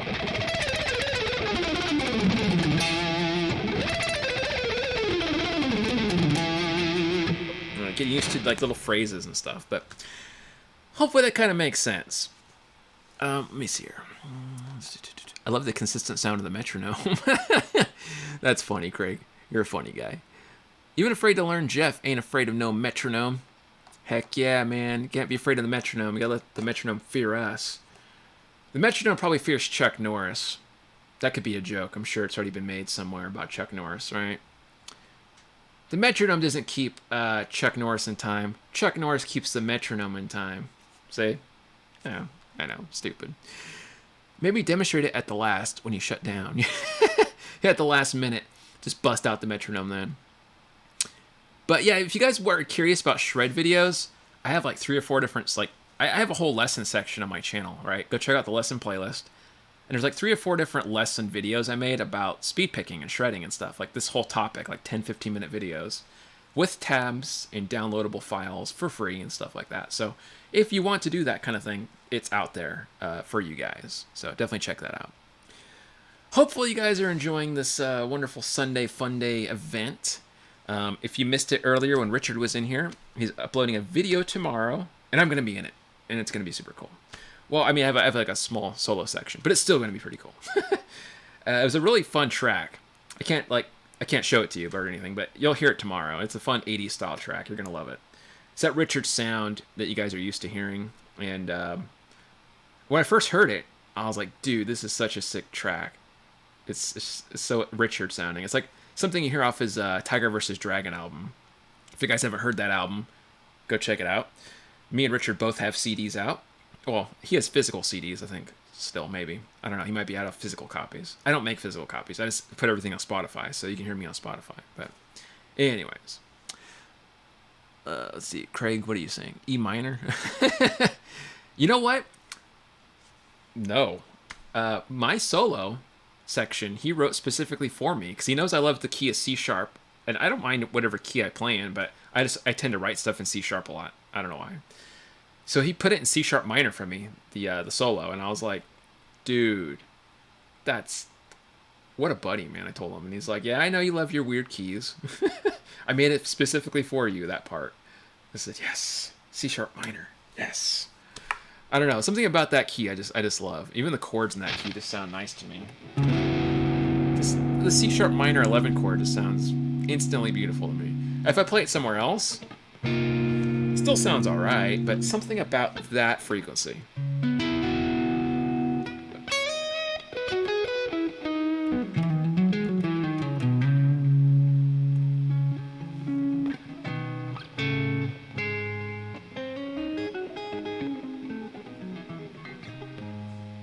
Sorry, I got carried away. But anyways, yes, so what do we got here? We discussed the love of E minor. I bet you did. Heck yeah. You write a lot in C sharp minor and F sharp. Ooh, F sharp's a good one too. You're right. F sharp is a good one. I like F sharp minor.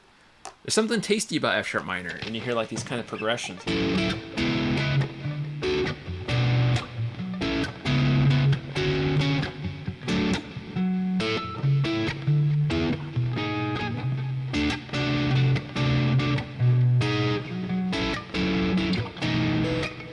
I don't know, something about the F sharp minor chord in general.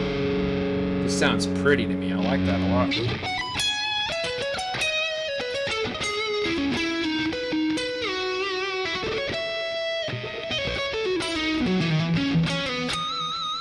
I don't know, it's a tasty sounding. Something about the frequencies in that chord in C sharp minor. I love those both a lot. Anyways, let me see here. Hopefully you guys are having a fun time. I'm going to pull up another backing track and do a little tasty jam session here. If you guys have any questions about anything, or if you want me to play along with a backing track, let me know. I'll look up your backing track instead of the random one I'm going to look up now. I'm just going to pull up random ones. So let's see what random ones we can do. Earlier we had a whole list of random stuff I was doing. We did country, we were doing all kinds of random stuff. So whatever genre you guys want, we'll try. I'll try not to fail you guys here. Let's see. jazz backing track, 251 in C major. All right, I'll give it my best go. I'm not a great jazz guy, but I will try. 251 in C major. Alrighty. I don't know if I should be distorted or not. Probably not, because it's not very jazzy, but I'll leave it up, I guess. First one that popped up. Alright, what is this? Alberto something music. I cut off because I saw an ad.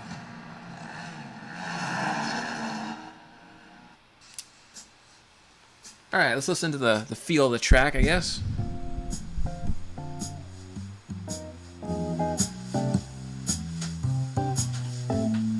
Alrighty, let's see. Trying to butcher this.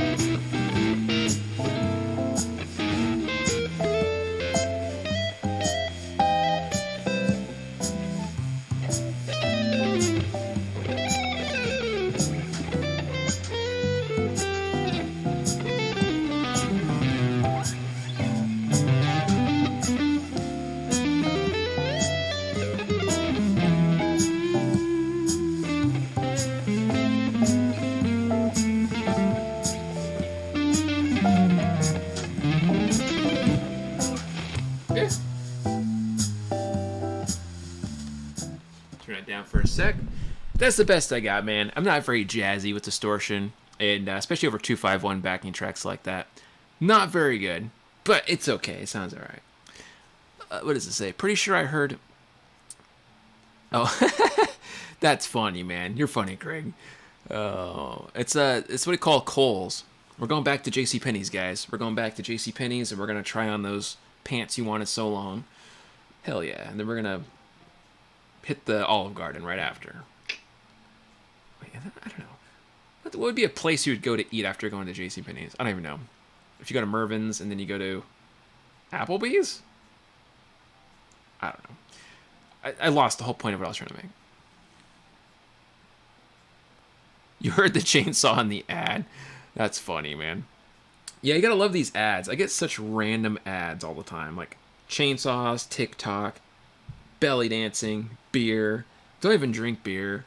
I don't, the most random stuff pops up. I don't know. Applebee's for sure. That's funny. Heck yeah. That's where you go, man. Okay, so you go to Kohl's or JCPenney's, Mervin's, whatever it is. Sears, I don't know. And then Applebee's. Sounds like a fantastic way to party? I don't know. What would you call that? Philander? I don't know. Some terminology. Alright, guys. That was a pretty cool backing track. What else do you got for me? You got anything else you want to hear me jam over? And you worked at Applebee's twice? Oh my goodness, Craig. You must have some stories to tell, I bet. I just can't imagine, dude, working at Applebee's. Let's see. You can't imagine life without beer. You and my cousin both, man. My cousin loves... He's a big drinker guy. He loves his beer and stuff. But he was in the military, so I think that's what, you know, gave him the love for the... or the taste for it, I should say. He was never a big drinker until then. Craig, I do. Mini. I bet, man.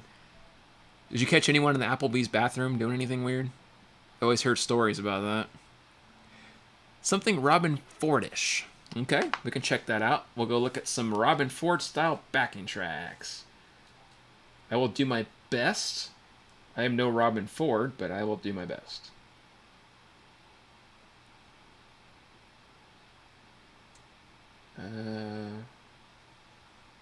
There we go. Robin Ford. Skip this ad. Really? Okay, there we go. I had to wait 3 seconds. I mean, what a long wait. So difficult, right?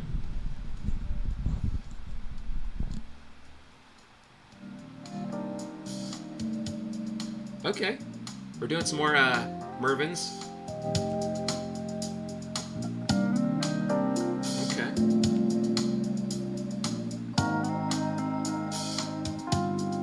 Turn it down just a notch, I guess. That's good there.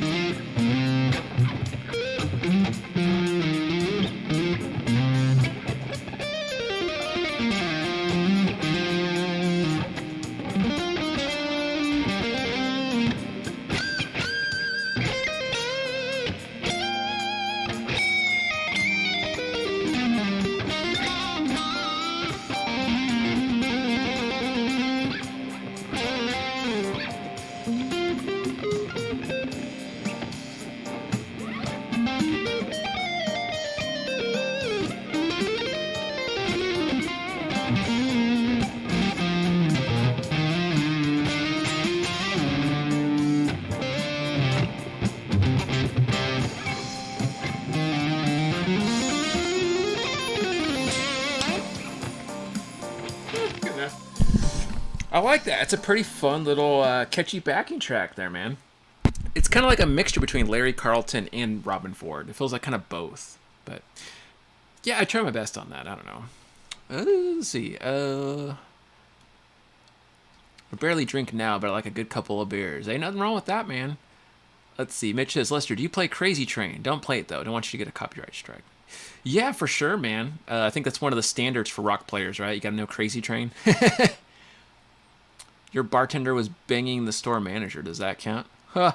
Yeah, that sounds about right, man. I've heard stories like that at Applebee's. It seems like all the wild like frisky stuff happens there. I don't know why. It's like a meme now at this point, you know. Let's see. I'll see your legatos and raise you quadruplets. Quadruplets. That's funny, man. Thank you guys. I'm glad you liked the jamming. It's a fun backing track. If you guys want to jam out with this one, it says it's called Modern Blues in C minor, Robin Ford style. If you guys want to jam out with it, so that's kind of a fun one.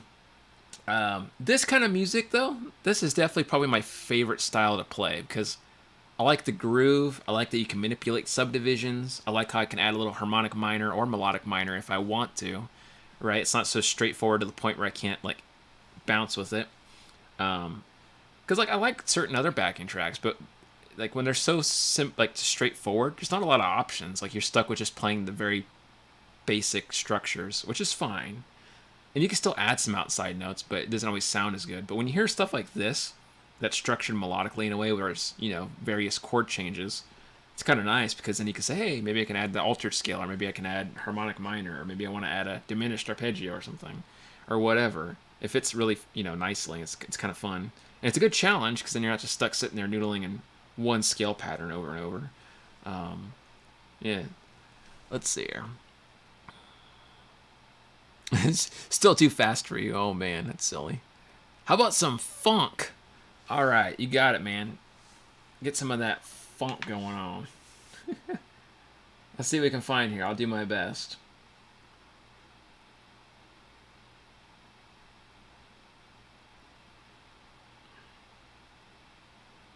I can't type. There we go. My fat finger's knocking into all the things, man. All right, this one says it's in C minor. We're just in C minor. I guess we'll just keep the trend going. I don't know why everything's in C minor tonight. Not my choice. It's just random. And this is some commercial for something I'll never buy, but yeah. That sounds pretty like Tower Power-y to me. Even the little wow wow sound. That's funny. How loud is this? Can I turn it up a notch without sticking off the world?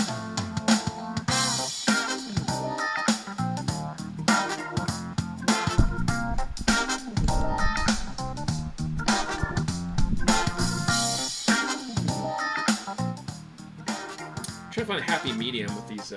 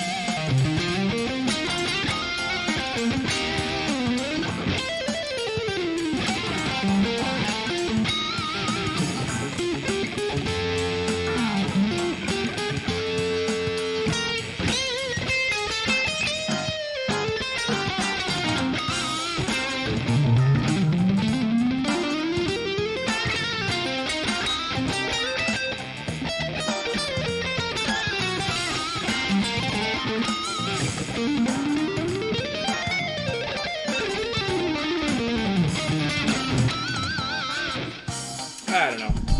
I'm just screwing around. Sounds decent enough, I guess. It's very funky. It's like Tower of Power or something. Kind of fits, kind of doesn't. I don't know. Sure. George Clinton and P-Funk. George Clinton and P-Funk? That's hilarious. Hey there, I'm new. What's the stream about? Hey dude, thanks for joining. You know, we do a stream every week, and basically I just like sit here like and talk to myself in this room. Well, and you guys, but me just in this room. And then, you know, you guys ask me guitar questions, and then I answer them or try to if I have the answer. Or we just do backing tracks, so you guys can tell me like backing tracks to play over or whatever, and I'll just try to jam out with it.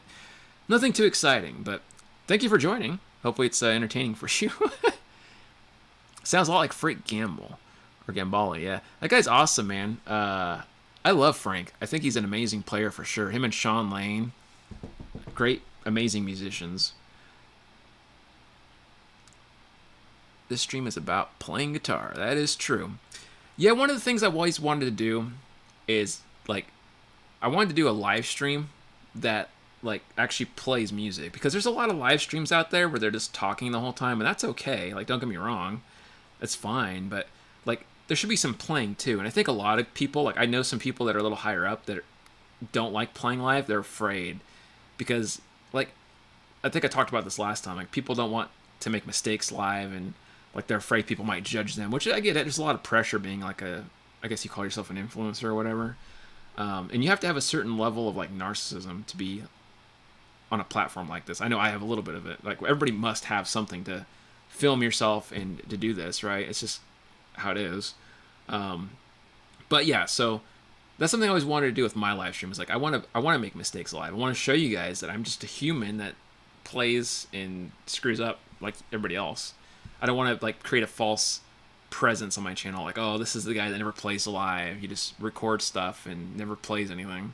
I don't want to be one of those guys. There's a million of those guys already that never play live, so I will not ever do that. I always want to showcase all my faults to you guys, so you'll see them. You'll be the first to know if I screw up something. Yeah,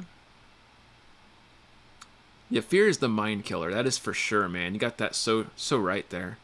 And then it's like that. It was like a book I read. Was it like the fear of fear itself, right? Kind of thing. Like you're afraid. You don't know why you're afraid, but then you start fearing the feeling of fear, and then it gets you in this big cycle of fear, and you don't go anywhere. You just get in this circle and like going endless, right? Kind of like anxiety or whatever. So true. I heard a mistake earlier. One. Oh, you're being a little too generous there, man. I think there's probably about 100 in the whole stream. I would be willing to bet on, but thank you. I'm glad it sounds all right. Glad it sounds decent. But yeah, like I said, I want it to be real. Like I don't feel like there's enough real stuff on social media. Everything's so doctored up, and it's like it's kind of disgusting at a certain point. That's why I don't even like going on certain things, because I just don't even like watching. This doesn't feel real to me anymore. But anyways, having said that, and I'm happier note, if you guys have any other backing tracks you'd like me to join or jam up on, not join. Well, I guess I am joining them. I'm playing along with the band.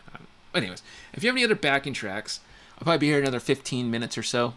Probably do like one final track, and then we'll call it a day or night, evening, depending where you live. I guess it might be daytime, depending. But very cool, very cool. So let's see what you guys throw at me this time. If you have any other crazy suggestions or ideas for me, and I'll try my best to play along with it and not sound like complete fudge.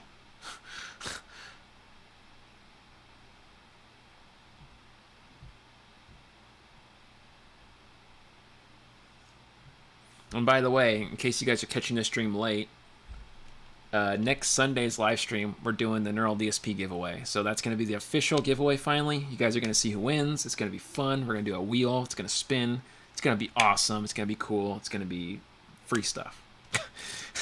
So yeah, it's going to be fun for you guys. Check out OU812 YouTube channel. That have maybe 8 or more guys in there taking turns recording or playing the backing track. Sorry, I can't read. They're awesome guitar players. Oh, you're fine, man. I just can't read. My vision is like choppy sometimes when I'm trying to read stuff. And the reason too, I forgot to tell you guys this. I don't know if you know this or not. Like I'm blind on my right eye, but my left eye, I had surgery on it like years ago for retinal detachment. Like this is a really long time ago. I was like 14 or something. But anyways, my eye, like because of the way they did the surgery, there's like a constant floater kind of that's always like in the middle of my eye. It's a very small line, like very small, like very small. But sometimes it gets in the way of reading. So like if you see me look a little bit above or below the camera, that's why, because that stupid line's there. And my doctors always tell me, well, it's just how it is, man. You know, like at least you can see. You know, like that's just how the surgery goes. And you just never know if it's gonna like you're gonna go blind or if it's just gonna be normal. But at least you just got a floater. I'm like, well, I guess that's true. And they're like, yeah, it'll probably go away like in 10 years, and we'll see how it goes. I'm like, 10 years? Well, it's been over that, and it hasn't gone away, so I got used to it. But anyways, that's why if I'm reading this slow, like I have to kind of look above and below because the font's so small on my laptop screen. I have to like look in the lines in the way of my eyeball. I'm like looking weird. Yeah, super annoying. Like a bifocal line. Yeah, Mitch, totally like a bifocal line. It's exactly what it feels like. It's like, and no matter where you look, it's always in the dead center of my eye. Like if I just look down, it's still there. If I look up, it's always there all the time. It's a little annoying, but I got used to it. I kind of like, I tune it out. But like I said, that's why I'm slow at reading this stuff. So bear with me, guys. But yeah, free stuff next Sunday. So definitely tune in for that. Where am I at here? And make sure you guys didn't recommend the jam track, right? Not yet? Okay. I have a blind spot since your brain stroke, so I get you there. Oh, I'm sorry, man. Sorry to hear that, Craig. That sucks, dude. Yeah, it's not fun at all. It really isn't. And let me see here. I have a blind. I'll be there, Mitch says. What is this? I just assume retardation? What in the world? I'm not even sure what that means, man. I mean, are you calling me retarded, or are you calling the crowd retarded? It doesn't seem very cool. I don't even think they use that term anymore, by the way. I think it's supposed to be mentally challenged. So I think you get cancel cultured for that one.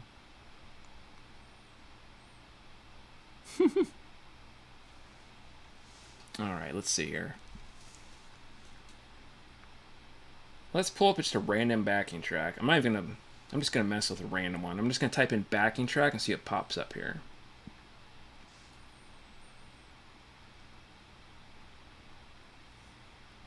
Let's see, backing track.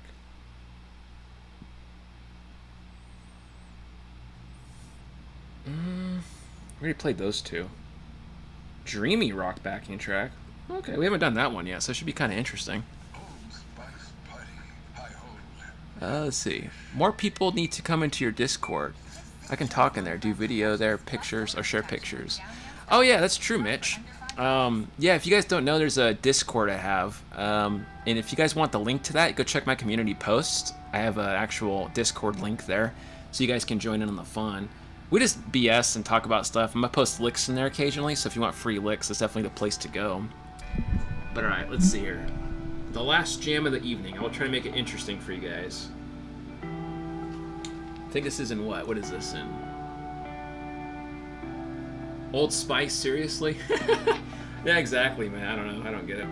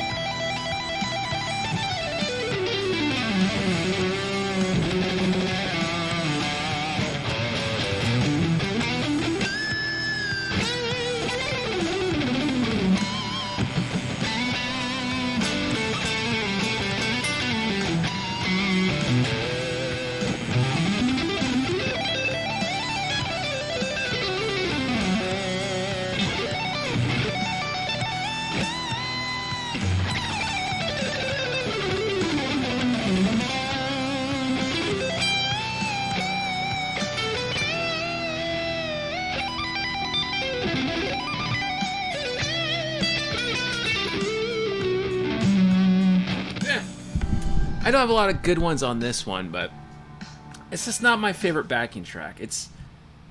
Well, it's not really the backing track's fault, it's just mine, really, because the sound of it's so, like, I don't want to say basic, but it's so lacking for me. I don't feel any passion with that one. Like, I don't feel anything playing with that. It just feels like, whatever, I guess. So I don't feel inspired. That's what I'm trying to say. I don't feel inspired by that backing track. And it's nothing against the backing track. It's good, I guess. It's just not. I don't feel a hook like the other ones earlier. I don't know. Does that make sense? I don't know. It probably doesn't make not much sense to it, but. Oh, thanks, Mitch. I didn't see that. You posted that there.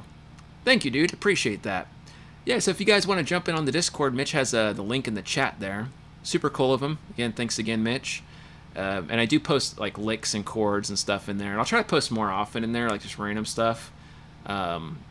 We'll see what happens. It just kind of depends on it. But hopefully you guys enjoyed this fun live stream. It's been a blast hanging out with you guys and just testing my skills against these random backing tracks you guys throw at me. It's always fun. It's a learning experience. I'll definitely look back on the live stream sometime this week and probably analyze what I could have played a little differently. Go back to these backing tracks. Yeah, so now I have something to work on. You guys are teaching me, too. I teach you guys, you teach me. We teach each other. It's like a nice little commune, but not creepy. We're not a cult or anything. But yeah, awesome. Thank you guys so much for joining. It really means a lot to me. And I really appreciate you guys for hanging out and just jamming with me. As entertaining as it is or isn't. Either way, I appreciate you guys. Hang out on Discord with us. It looks like somebody joined, you said, Mitch. Awesome. Heck yeah. Thank you guys for joining. Maybe we'll get some more people added in there over time. It'd be really cool stuff. So awesome. We'll see you guys next Sunday for the Neural DSP giveaway. So don't miss that. And I'll probably upload a video in the meantime. So thank you guys so much. I'll catch you next time. Be safe, guys, and enjoy the beginning of your week. Heck yeah.